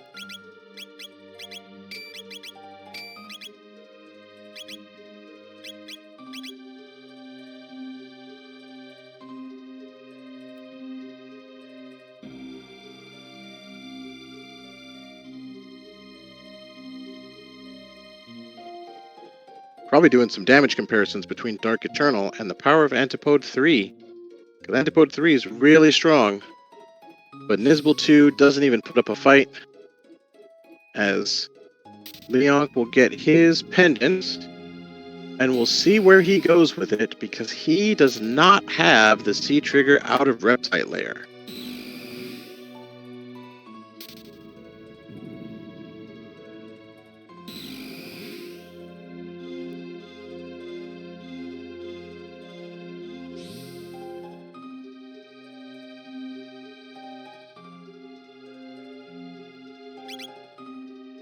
The phone has set up Death Peak and is ready to rock. Blue taking a safety save and a refill. Sometimes one tricky boss fight could be not ideal. Let's see where Leonk goes here. Does decide to do Reptite Layer, so he will probably be on the same path. And one of our friends in the league, friends in our community, Nate, will be disappointed. There will be no diversion. They're all going the same way, buddy. You will see no Tyranno Layer. You will see no Magus Castle this seed. Nate's in chat saying Glue could be fishing for Ruby Knife. Did Glue decide to turn in the Moonstone? Because I know he picked it up. He might. So, because he's doing the pendant check right now, like, he's in Go mode already. He has all the items he needs for Go mode. Oh, phone's been in Go mode. I didn't mark that. So he might decide to do something else in the future and see if he can find one of the other Go mode items like Ruby Knife. But I think at this point, you're in Go mode. Actually, he's not in Go mode. He hasn't gone back for the clone yet.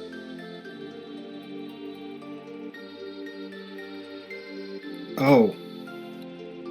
But he knows where the clone is, so he just needs to go get it. So we'll see where Glue goes, and we'll see where Leonk goes. So Leonk's going to get his, what is this? His C trigger here. And then he'll be in no mode, excuse me. So there's a chance Glue might decide not to go get the clone. Open this stuff up and decide, you know what, I don't want a Black Omen, I want to find something else. We shall see. I could be wrong. And I love being wrong when I commentate in a randomizer. It's the greatest thing ever. Oh, so earlier I forgot about the Grand Leon also being one of the, item, non-go mode checks. Yep. So there's still that as well. So it's 1-3 about Robo locking for Robo to lock it.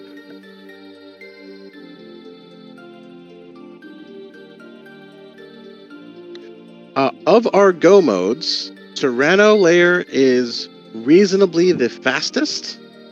You do Tyranno Layer into Ocean Palace, and at the Ocean Palace you fight the Lavos trio. Alternatively, you can fight Lavos by going through Magus's Castle. Magus's Castle is a lot longer. There are some other skips in it, but generally Magus's Castle just takes more time. And Black Omen is kind of a long dungeon, which is why you don't have to fight Lavos at the end of Black Omen, and Zeal 2 counts as the last boss that way. So, Death Peak is probably about the same length as Tyranno. We see Rust Tyranno, or his head at least, at the top of the mountain, and it looks like Glue went into Eris Dome and is showing off the Dragon Tank fight. So I think generally Tyranno is the fastest, with Black Omen being the second fastest and Magus Castle being the longest of the Go modes. But it also depends on when you find your Go mode items and your comfort level with each of those dungeons. If you know all the skips for one dungeon, but you don't know the skips for the other, you might be wasting time trying to go find another dungeon that you're not as comfortable with. So Leonk goes to pick up his clone.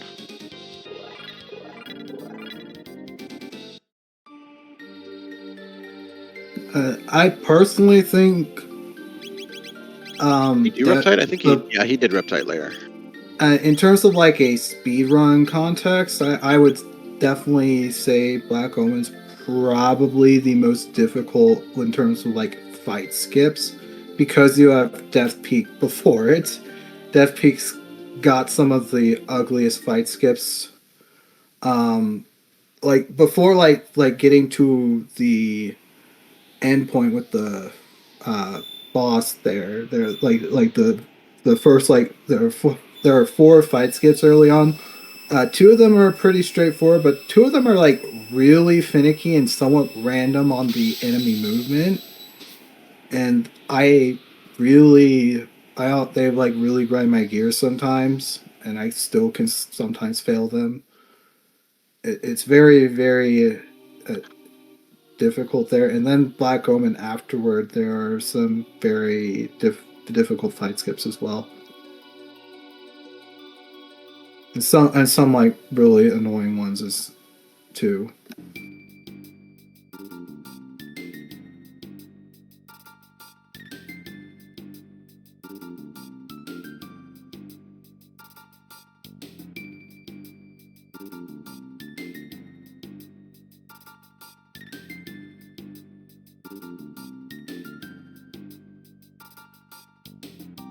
Glue getting another speed tab in the back of Aristome.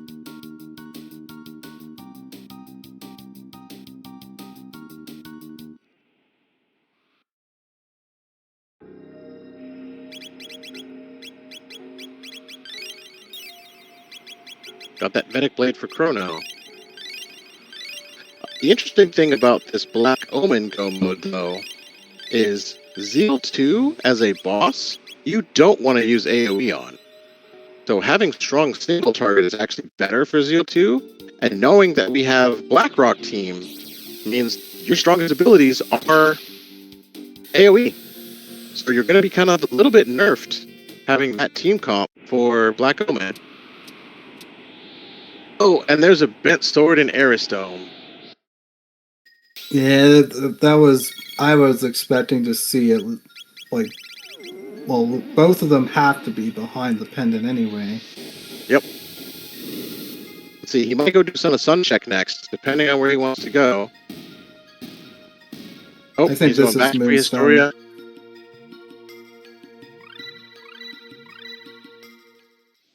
Where's he going? Oh, yeah. He'll do Moonstone check. That makes sense.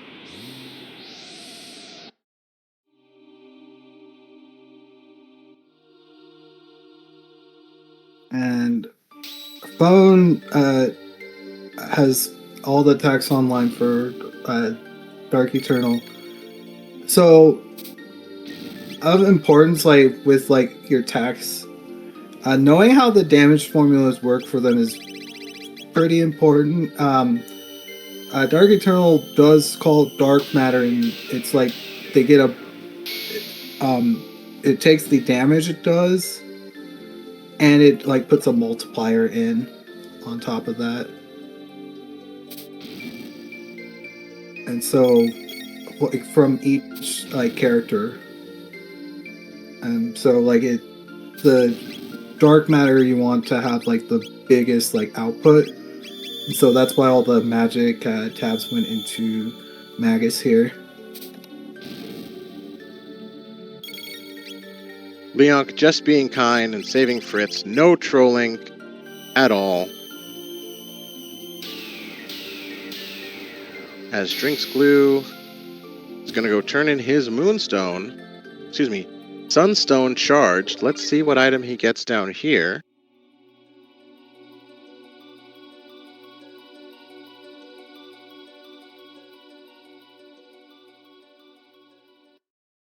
Hero Medal. Not what he wants to see, for sure. So that's our... I believe that's our last fetch quest, because it just gets us the check-in of Frog's Burrow. Yep.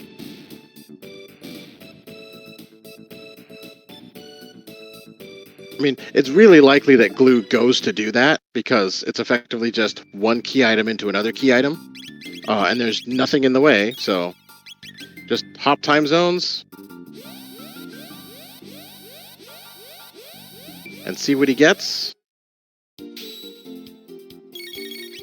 His phone is working his way up Black Omen, and Leonk is clearing the pendant trial sequence, about to unlock the future.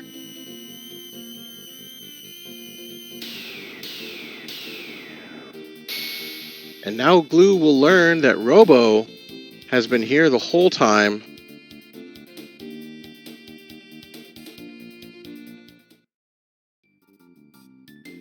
And finds the ruby knife in the burrow. Okay. So Glue has Tyranno Layer Go mode. And I, as our wonderful commentator, have been proven wrong live on stream. Yes! I said they'd all go the same way, and they did not. Because Rando's gonna Rando, and our runners are smarter than me. So, we will be able to see a different go mode here. We will.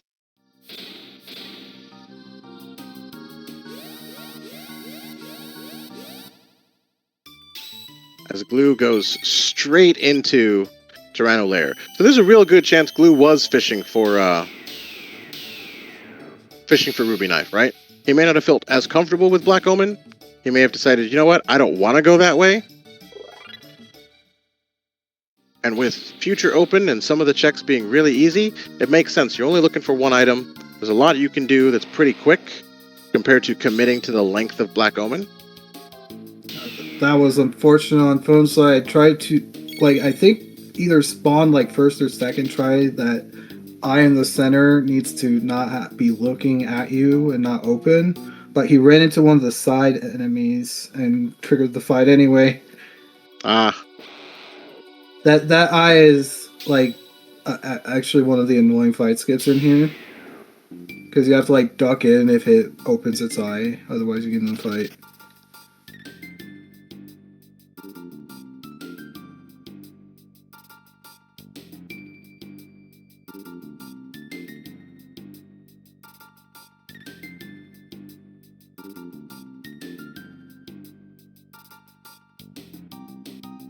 One hour, 41 minutes into this seed. Did phone stream freeze?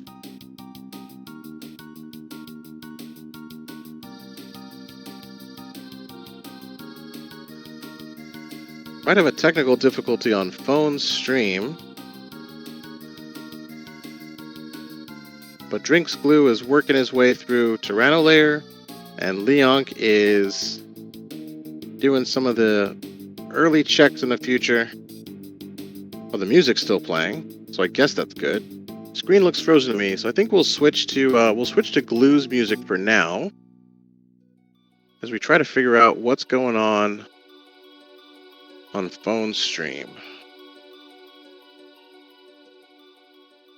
I believe there's a setup incoming for a difficult fight skip that I actually... No, Glue just tried to YOLO it. You can skip this fight trying to enter this next room.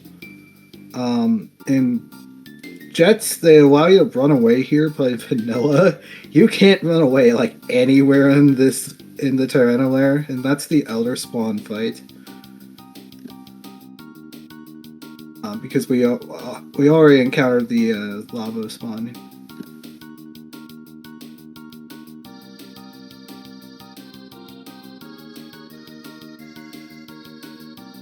Huh. So phone stream still is live. His timer's running, but his game is not moving. So I guess we'll figure out what's going on with him soon, hopefully. Where's my race room?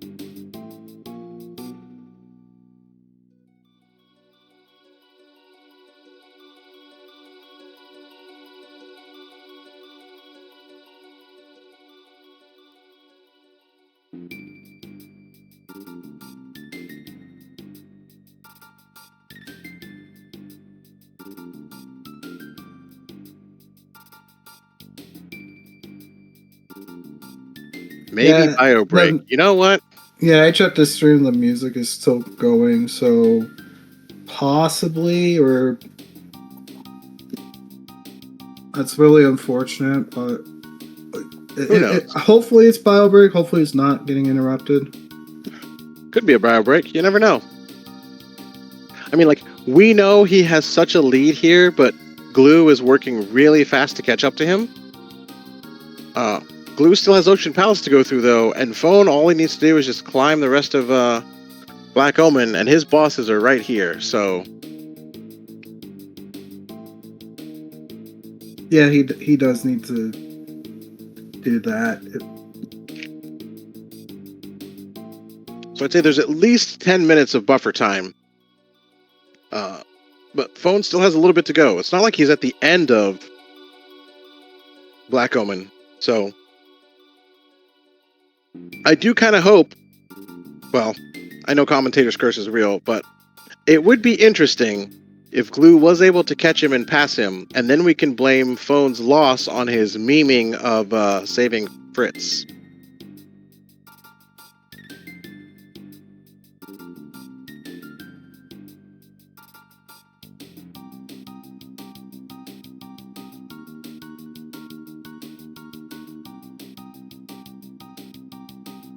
Some of the fights that are not randomized, we see one of them on DrinksGlue's side.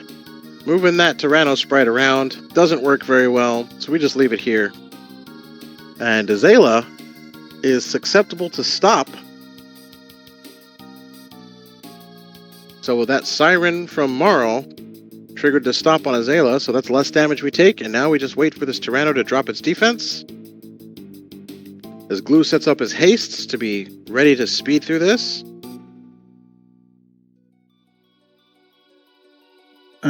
Yeah, this fight, you get a random elemental attack from the Tyranno, and it looks to be it was a shadow element because it was a laser that came out for the opening attack.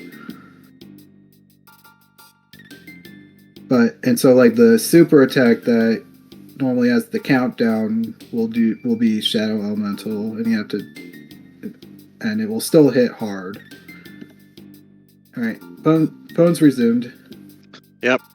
It's likely that was a bio break from Phone.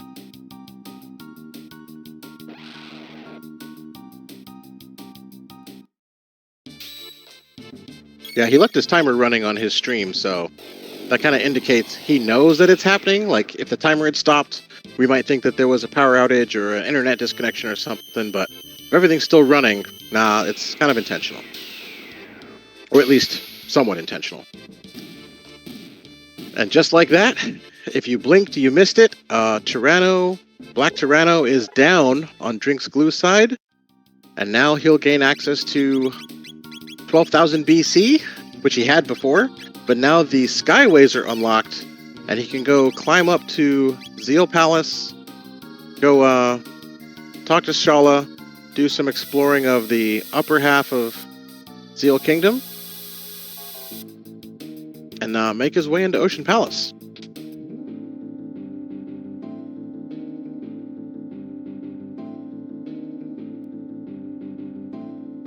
Oh, wow. Okay. So I believe the elevators in there are two elevators in Black Omen, and the fights are seated. Because otherwise it could come down to like just something out of your control at the end, and the fights on the elevator waste a lot of time because you can't run away and you have to fight them out. And that first elevator was 0. Nice. Phone showing off all the skips.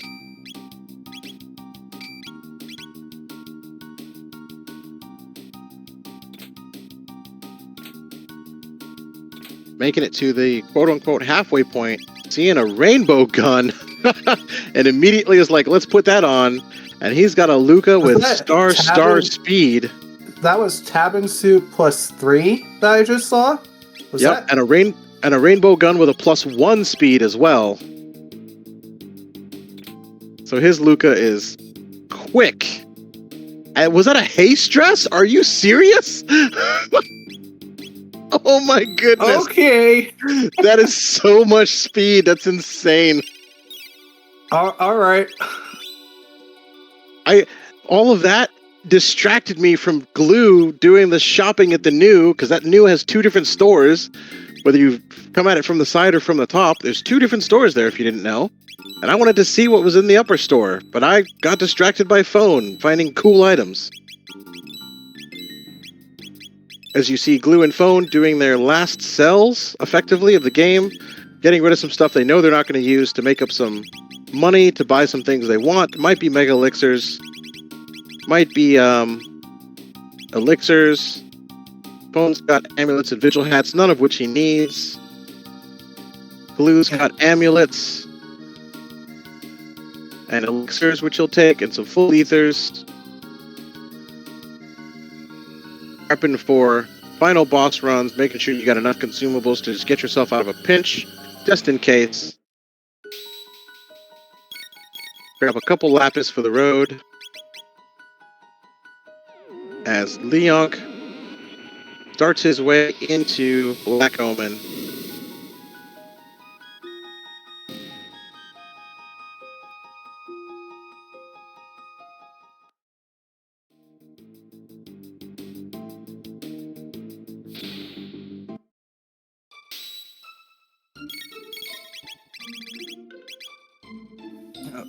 I should know that the Dark Eternal is hitting for over 5,000 damage on Phone's end.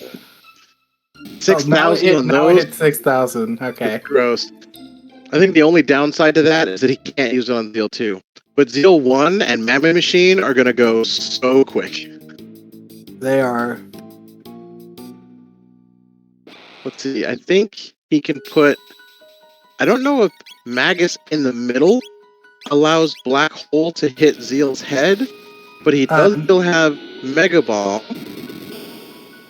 Magus in the front.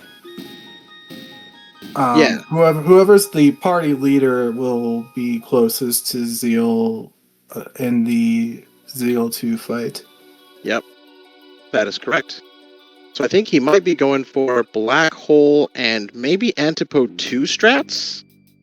Antipode 3 hits the full screen, but Antipode 2 is ranged or AoE effect centered on target. So he might be able to pull off some Antipode 2s for that Zeal 2 fight. Yeah, I think Antipode 2 will be fine.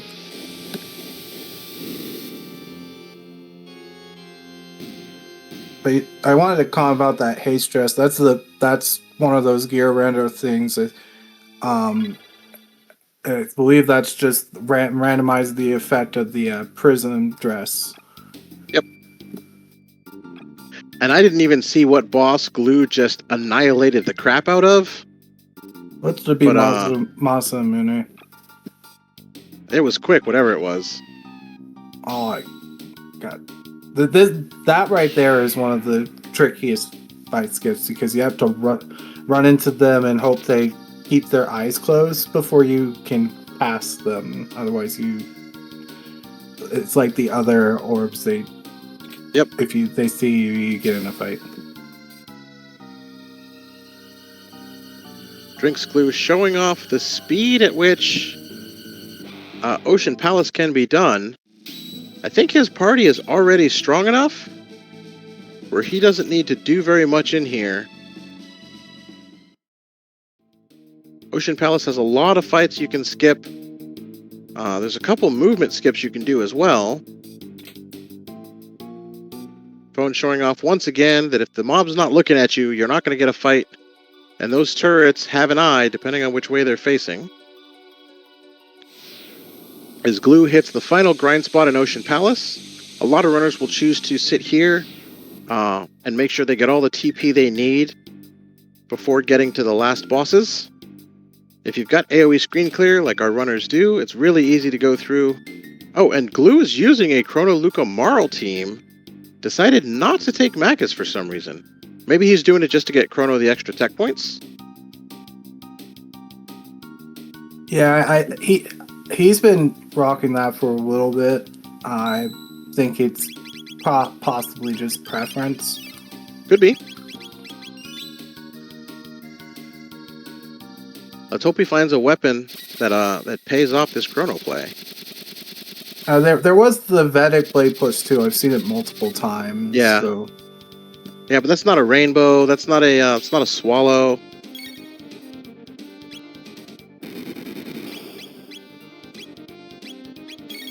Cool thing about this grind spot on Glue side is you can just run back up and run back down, and the mobs reset. And you get a pretty nice amount of tech points from these. I think it's 80 tech points, which is pretty good. As Bone shows off a Yakra 13. This might be a 2-hit knockout. He's already talking. Yeah, that's Yep, there it is. Yeah, when you've got a $6,000 Dark or a $6,000 damage Dark Eternal, nothing survives.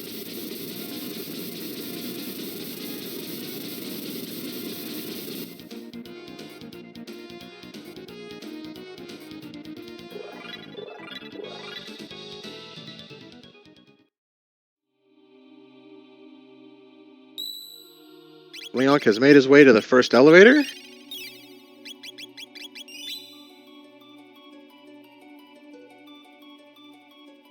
Guess we can switch the music back. There is one enemy that does survive here. Those snakes that are on the elevators and like roaming around. I think they're either immune or they absorb shadow elemental damage. That sounds correct, yeah. But he'll probably just antipote. Oh, he'll just fire to it. Yeah, that'll work. Yeah, fire 2 is the best here. He has flare. Oh yeah, well they die to fire 2, so it doesn't matter. Fire 2's faster to do. Yep. So on DrinksGlue side, there is one fight coming up that he needs to be planned for. It is the third of his elevator fights where it is the 6 colored scouters. Those scouters can wreck you in normal game because they absorb any elemental damage that is not the element that they're weak to. And if they're hit by elements that they are not weak to, they will counterattack with an AoE elemental attack.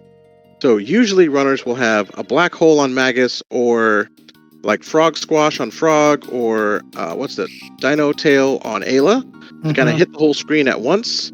But he's rocking a Chrono Luca Marl team, so he may be trying to do some single target on each of these to just try and take them out one at a time. We'll see what he does.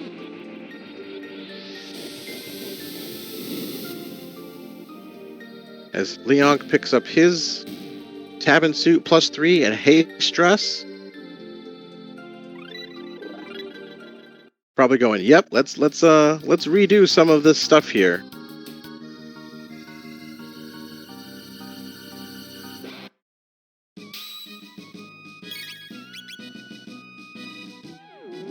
Oh, okay. So here's the difference between Phone and Leonk right now.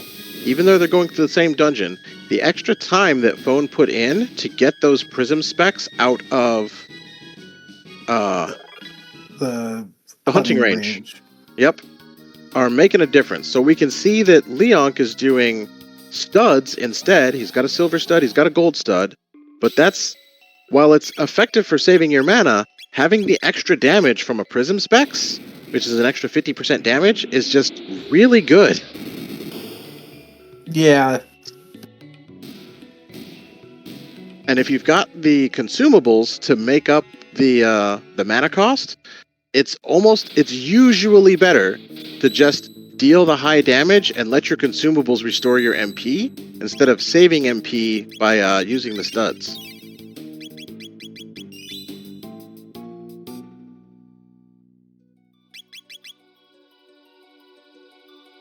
In vanilla, there are some niche situations where you prefer. There are situations where you prefer having like a gold earring on certain characters, but generally, in Randomizer, you're not going to be as high of level due to the enemy stat changes. So it's generally not as useful to use a gold earring. That's super slash, and he just got hit with stop. Yep. So he's effectively not going to do a thing. Flee Plus and Super Slash are not immune to status ailments, so they're generally easier than the regular ones. wonder why he's auto-attacking and not throwing spells here. I think he's wanting to save the MP, maybe? Could be. I mean, he's got enough consumables. Who knows? I think if it's possibly memeing. Yeah, one that's very thing true. about one thing I'll mention about stop is that stop does also double the boost the damage that enemies take, and also you will take. Gets a silver rock. Was that a rainbow arm? So we've seen a rainbow gun, a rainbow arm. And we haven't seen a rainbow for Chrono. Nope. That's hilarious.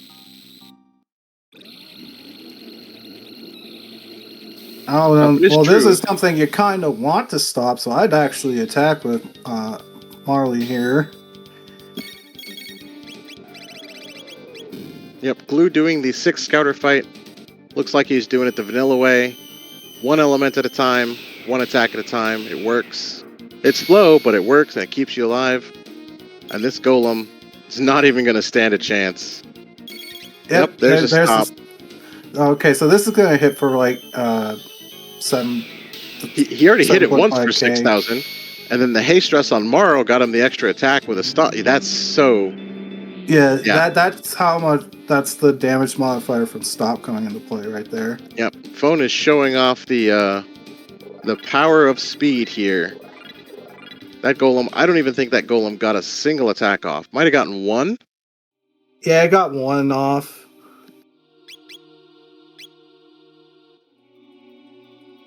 But now Phone's into the last fight before his boss trio.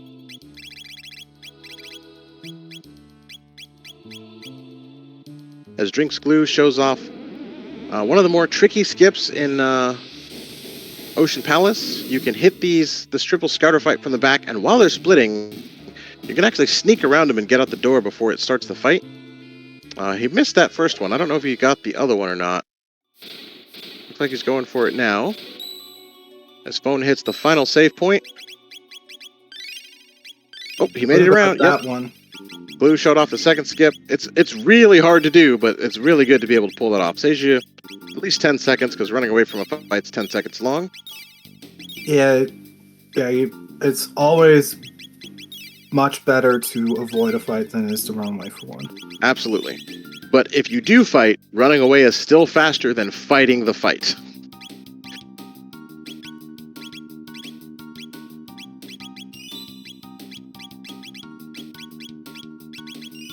I think it somewhat depends on the kind of fight you do, but if it's a very quick fight, it could be close to running away, but generally, most of the time, it's just faster to run away. So DrinksGlue finds a double Hecarim here, which is pretty laughable. He's got Antipode 3. So, yep, he'll drop some Luminaire, and he'll probably drop some... Oh, Luminaire and Flare, and he'll keep the Marl. Either to heal or throw an Ice 2. As Phone is in his Zeal 1 fight. And out of his Zeal 1 fight. So insane. Was that a 2-0? Goodness gracious. I've been meaning to track times on runners. Because Glue's getting pretty close to Phone right now. But I don't think he's going to be able to catch up with the sheer damage potential that Phone has. This is the most damage I've seen in a race. This is insane.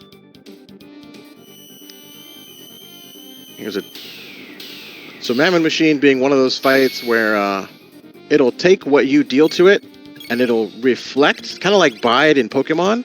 It's going to absorb a couple hits and then deal damage back based on how much it takes or what type of damage you deal to it. But in this case, I think Phone's strong enough to just, yep, there it is. 2 hits and it's done. No counterattack. And now he's in the final fight. He will hit Zeal 2 here. And this is the last boss for Phone.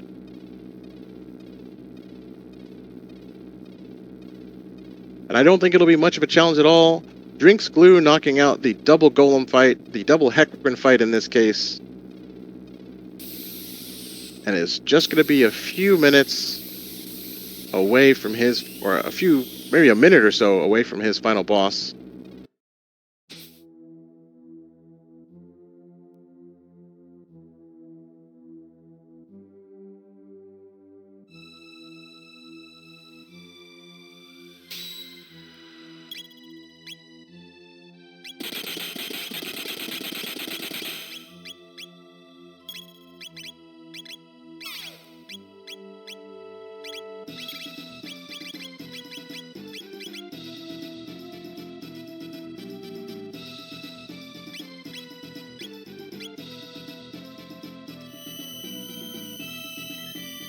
Oh, we're playing spicy.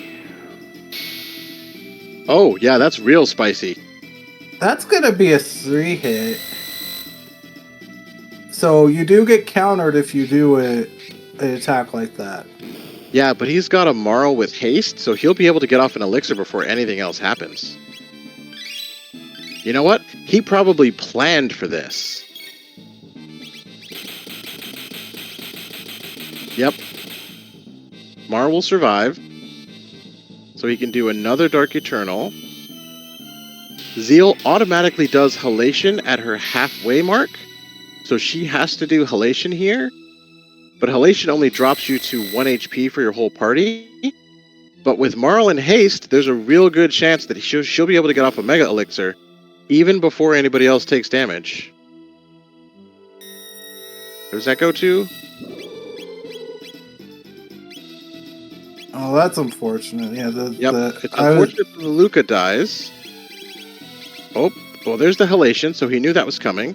So he can get off a life 2 here, and he's got Magus, his ATB full, just in time for the Mega Elixir. Yeah, this was planned.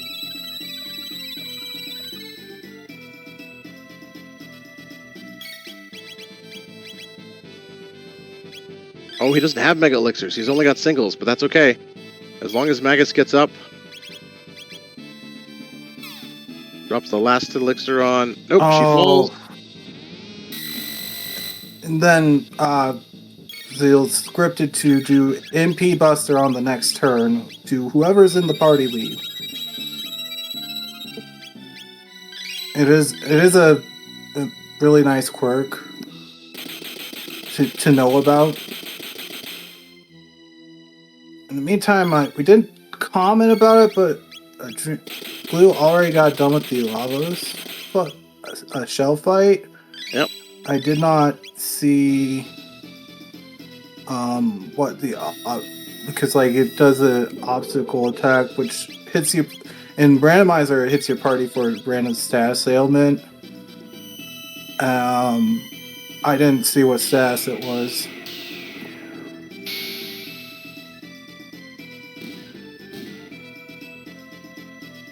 And looks like phone has finished. Get your GGs out.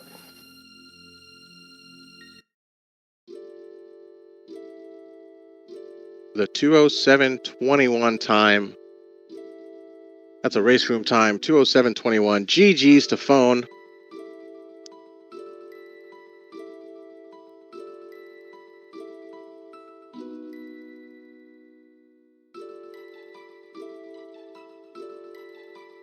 Yeah, so Lavos opens with a laser attack. And just at the time this fight was changed, the arms, their attacks actually hit are really dangerous with their physicals. And so you want to take out one of the arms as quickly as quickly if you can. But if not, you do have to take their attacks, and they hit really hard. Yep, the bananas from Lavos' arms can easily drop a character if you're not prepared, so... But Glue's doing a great job managing this fight. Fantastic work. And Leonk is not too far behind, as he's a few fights away, and I think one more boss fight away from hitting his Zeal 2. And we've got Phone joining us in the race room for an interview. GG's phone. How are you doing, my man? Oh, I'm having a great time. What's going on? This has been an interesting seed for sure. Yeah, I tried to make it as weird as I could. I would like to ask. I take it that the tabs on Marley was just for the meme because he didn't have anything else to put it on. I mean, I like strong women. What can I say? Okay. Nothing wrong with strong women here. We support it. And we do. So first question, how did you feel knowing that you had to go back into Cathedral to get Marl? Well, I'll be honest. I was kind of half paying attention for the first hour because I was watching somebody play Fraud Fractions. I kind of figured it was getting a little weird when I did all the other checks and nothing was going right for me. I figured it was either her or Robo. I felt pretty good though. It was a very quick Cathedral. Very nice, very nice. And obviously, we have to mention the... it looks like you were having an argument with Fitz in the jail cell. What did he say about your mom? Why you decided not to save him? I saved him. Eventually. Eventually, yeah. I just figured with you-know-who restreaming here, I figured I'd mess with him a little. Oh yeah, he knew immediately what was going on. But the rest of us, this is the first time I'd seen it, and we had a great laugh watching you figure out what you were going to do with saving him or not saving him. So, oh, I knew what I was going to do. I just had a little fun with it. Well, it was great to see, and you put on a great show for us, buddy. Well, I'm glad. I think my last question is, what was with the pause in Black Omen? So I've got an 11-year-old Great Dane. He's got a lot of stomach issues. Well, I'm sure you can figure that out. Oh, yep. There you go. Yeah, you don't have to say more. It's the implication. Enough said. But either way, we checked your stream and saw that your timer was running. So we're like, okay, so we know it's not an internet issue. It's not a power outage. He's got something. But yeah, when the doggo cast bio, as we see in our chat here, the doggo cast bio, you kind of got to deal with that right away. So. Yeah, I received a DM right before the race started from DrinksGlue. He said he was going to out-meme me, so I figured that would be a nice one for the pile. That's fair. So, I would say he's not too far behind you. It looks like he's going to take our second place here as he's starting his Lavos 3 fight. Yeah, he did not... I'm probably going to ask what his reason was, but he found Ruby Knife and decided to go for that go mode. But he might have forgotten about the clone or just decided not to do it. So we'll figure out at some point soon. But well, if he's anything like me, he forgot. I'm sure I've done the exact same thing with the exact same item. Very recently, in fact. Yeah, after he got his pendant, he did his Moonstone. So he did Aristome and got the Bent Sword and said, well, that was a waste. Decided to charge the Moonstone, turned in the Sunstone for the Hero's Medal, and then in the burrow was the Ruby Knife, and then decided to do Tyranno-Lair Go mode. Yeah, it really pays to remember stuff sometimes. That's unfortunate.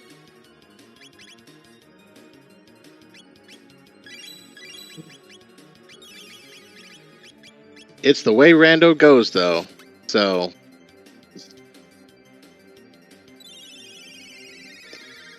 All right, Leon Kennedy having a little bit of trouble with his golem fight. Should be able to recover. He might not know that the golem's susceptible to stop. I didn't know that the golem was susceptible to stop, so I'm going to remember that for future runs. Here today. Yeah, right. Yeah, I've known it because that's literally what the speedrun strat is. You use Boogie to put both of them at the bottom of Ocean Pass and Vanilla to unstop. There you go. I also learned that I need to check the hunting range items in Randomizer.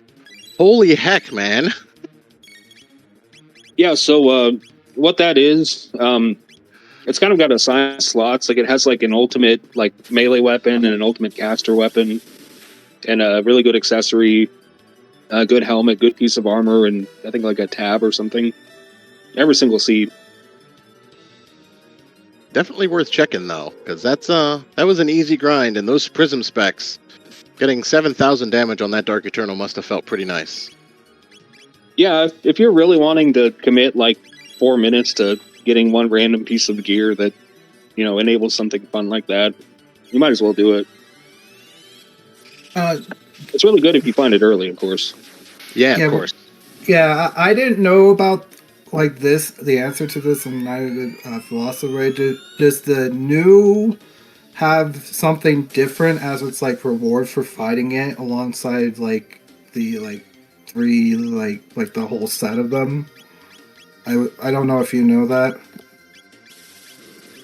I kind of wanted to find out. I think for sure it gives like the 3 of each material. I don't know what it actually gives other than that though. It might be the third eye still. I could ask. Yeah, I'm sure somebody knows. I don't. All right. DrinksGlue finishes his race. No, wait, sorry. He killed his center bit, not his right bit. Oh, yeah. So he's almost about to finish his race. And Leon is starting his Zeal fights right now.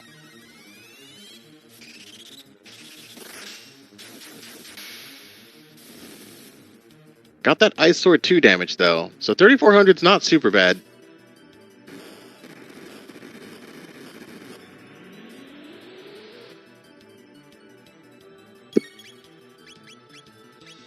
I don't know how fast Chrono is, but you could possibly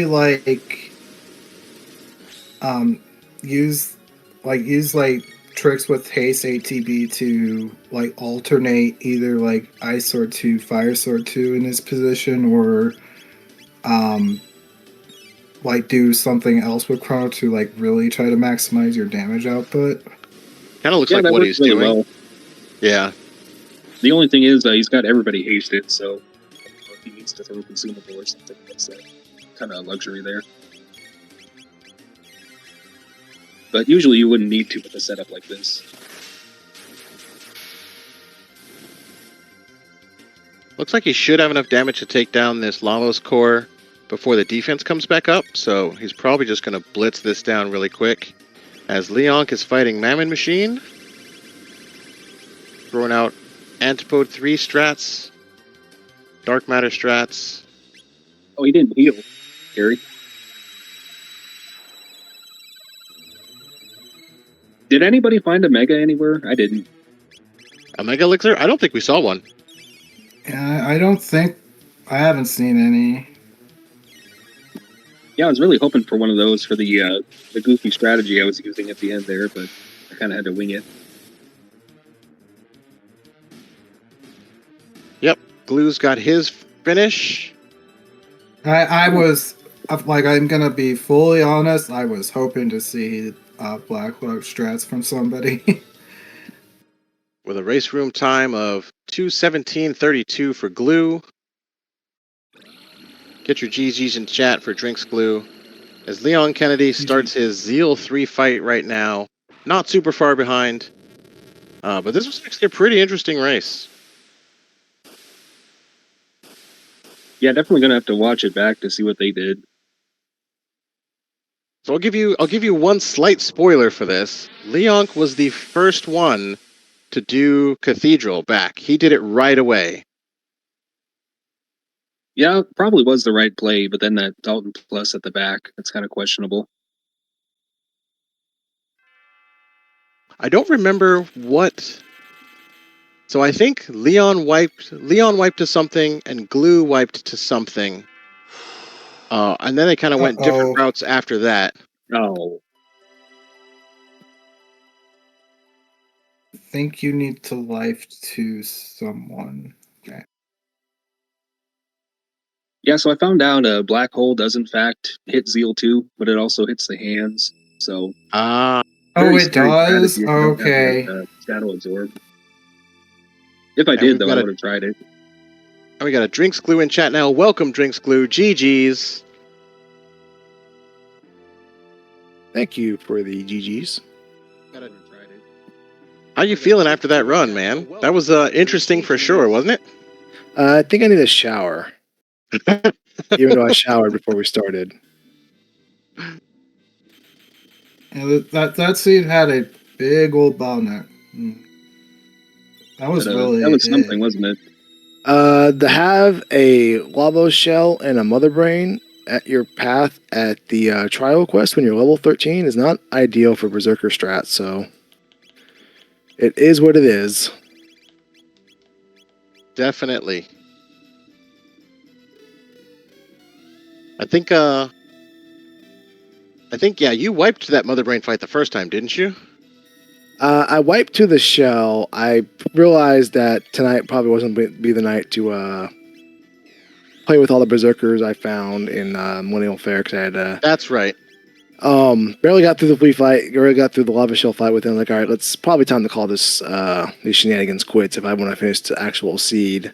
As soon as it was Prism Shard at like the tools from the Carpenter, I was thinking to myself, like, I bet you anything, either Robo or Morrow's at the back of Cathedral, and it's going to end up having to go through there anyways. So I started to go that way, and then I turned around like, you know what? Don't be that negative. Just think positive thoughts.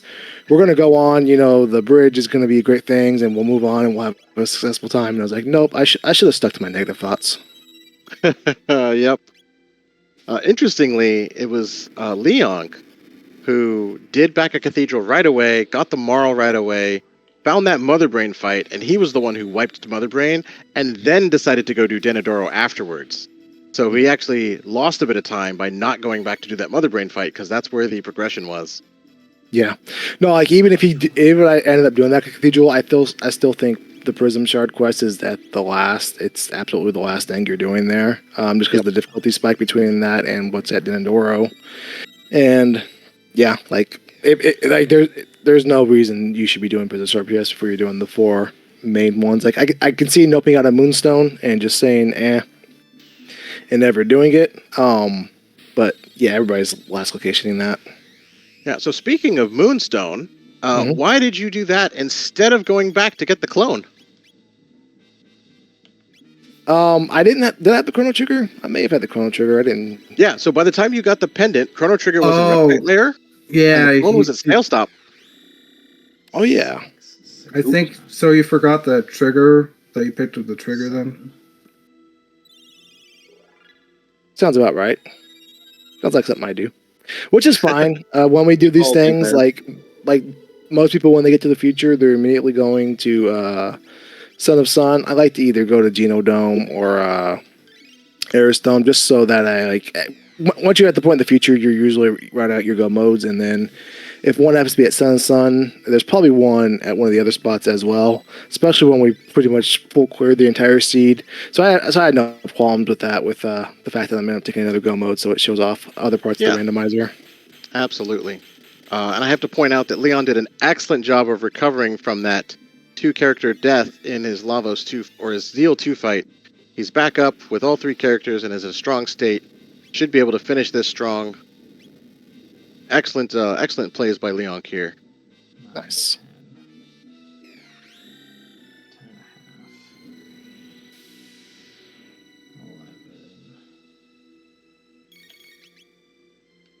Probably got a few hits. Well, there's the halation, so that's the halfway point.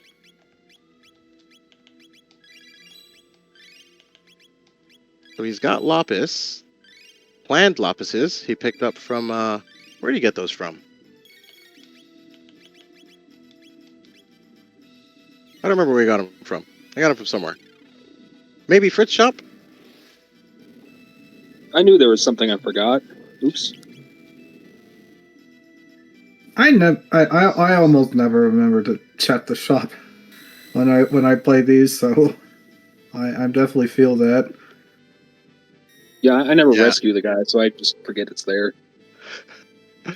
I'm a runner who will almost never look at item shops, so I have to remember if I check anywhere, I need to check hunting range. And if that's the only other shop I hit, as long as I check hunting range, I'm good. I'll skip everything else. I'll check hunting range. You really shouldn't follow my example. I'm a bad This influence. works. I mean, I don't win tournaments, Fine. so I don't either. I mess around too much. well, even though you messed around, still took first in this race, so you got to be doing something right.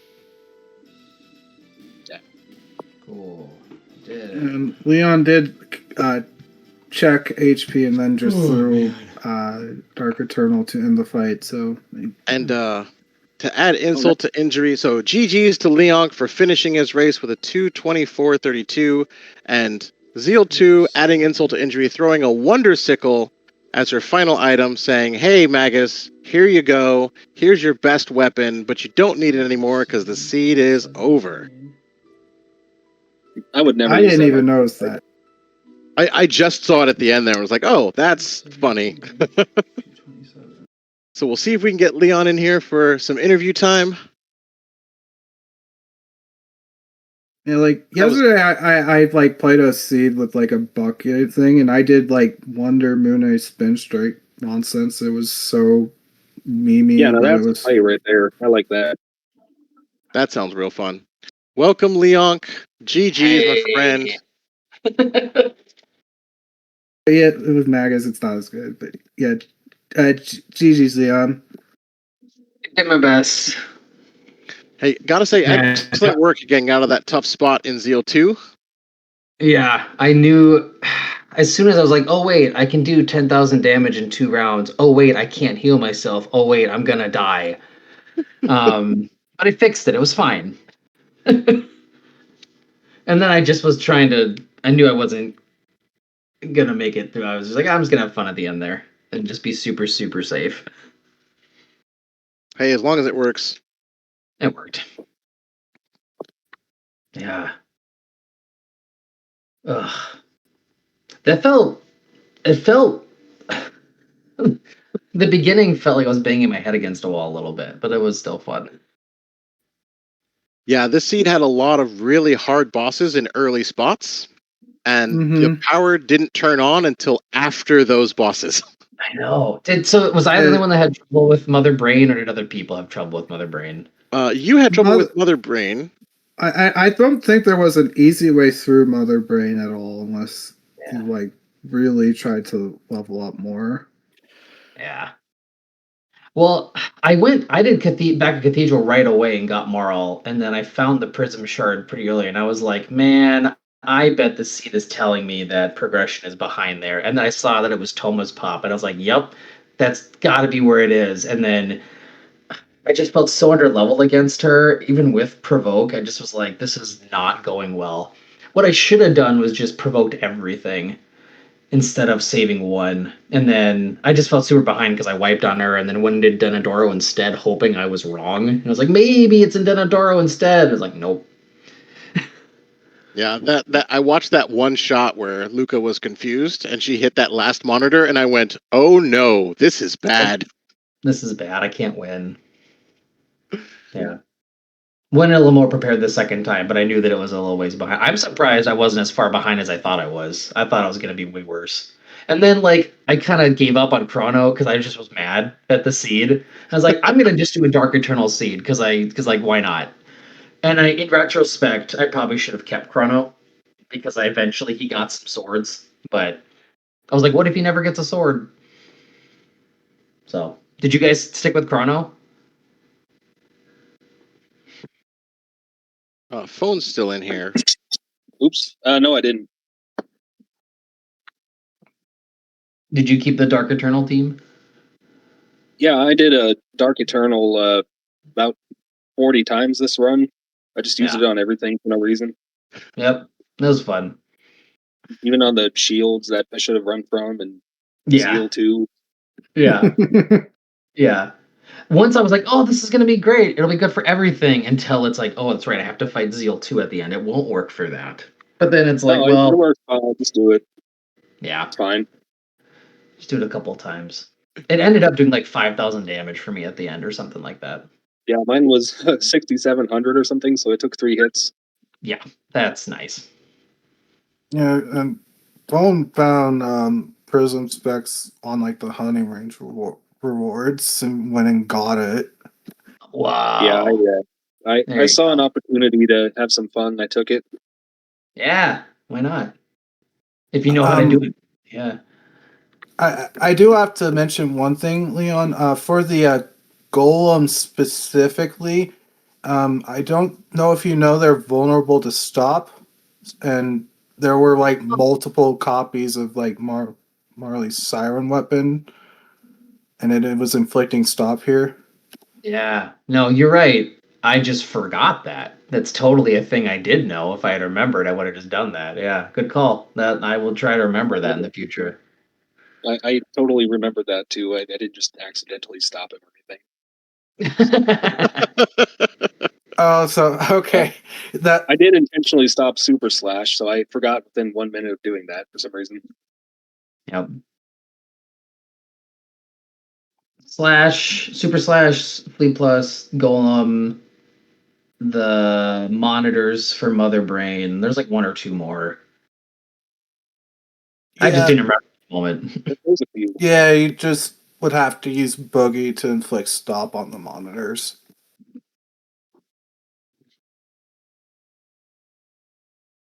But yeah, getting the siren is cool. Yeah, I This is a liked having like fantastic. 9 Vedic blades. That was cool too. Mm-hmm.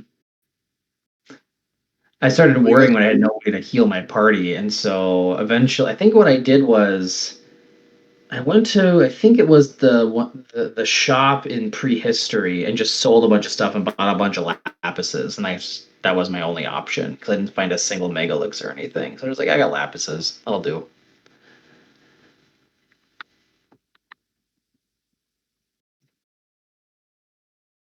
Yeah, it definitely felt a little linear at the beginning, and then felt like I should have been smarter with Mother Brain. I would have gone through it faster, but yeah, there you go. well, you guys did a great job showcasing our wonderful game and our wonderful community. So, Yeah. thank you for putting this run on for us, showing us a couple different go modes and a lot of fun.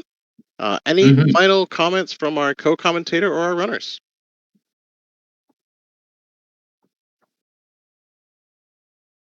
Not just that it was real fun, and I'm excited that the possibility of doing this again in the future for good cause. That'd be great.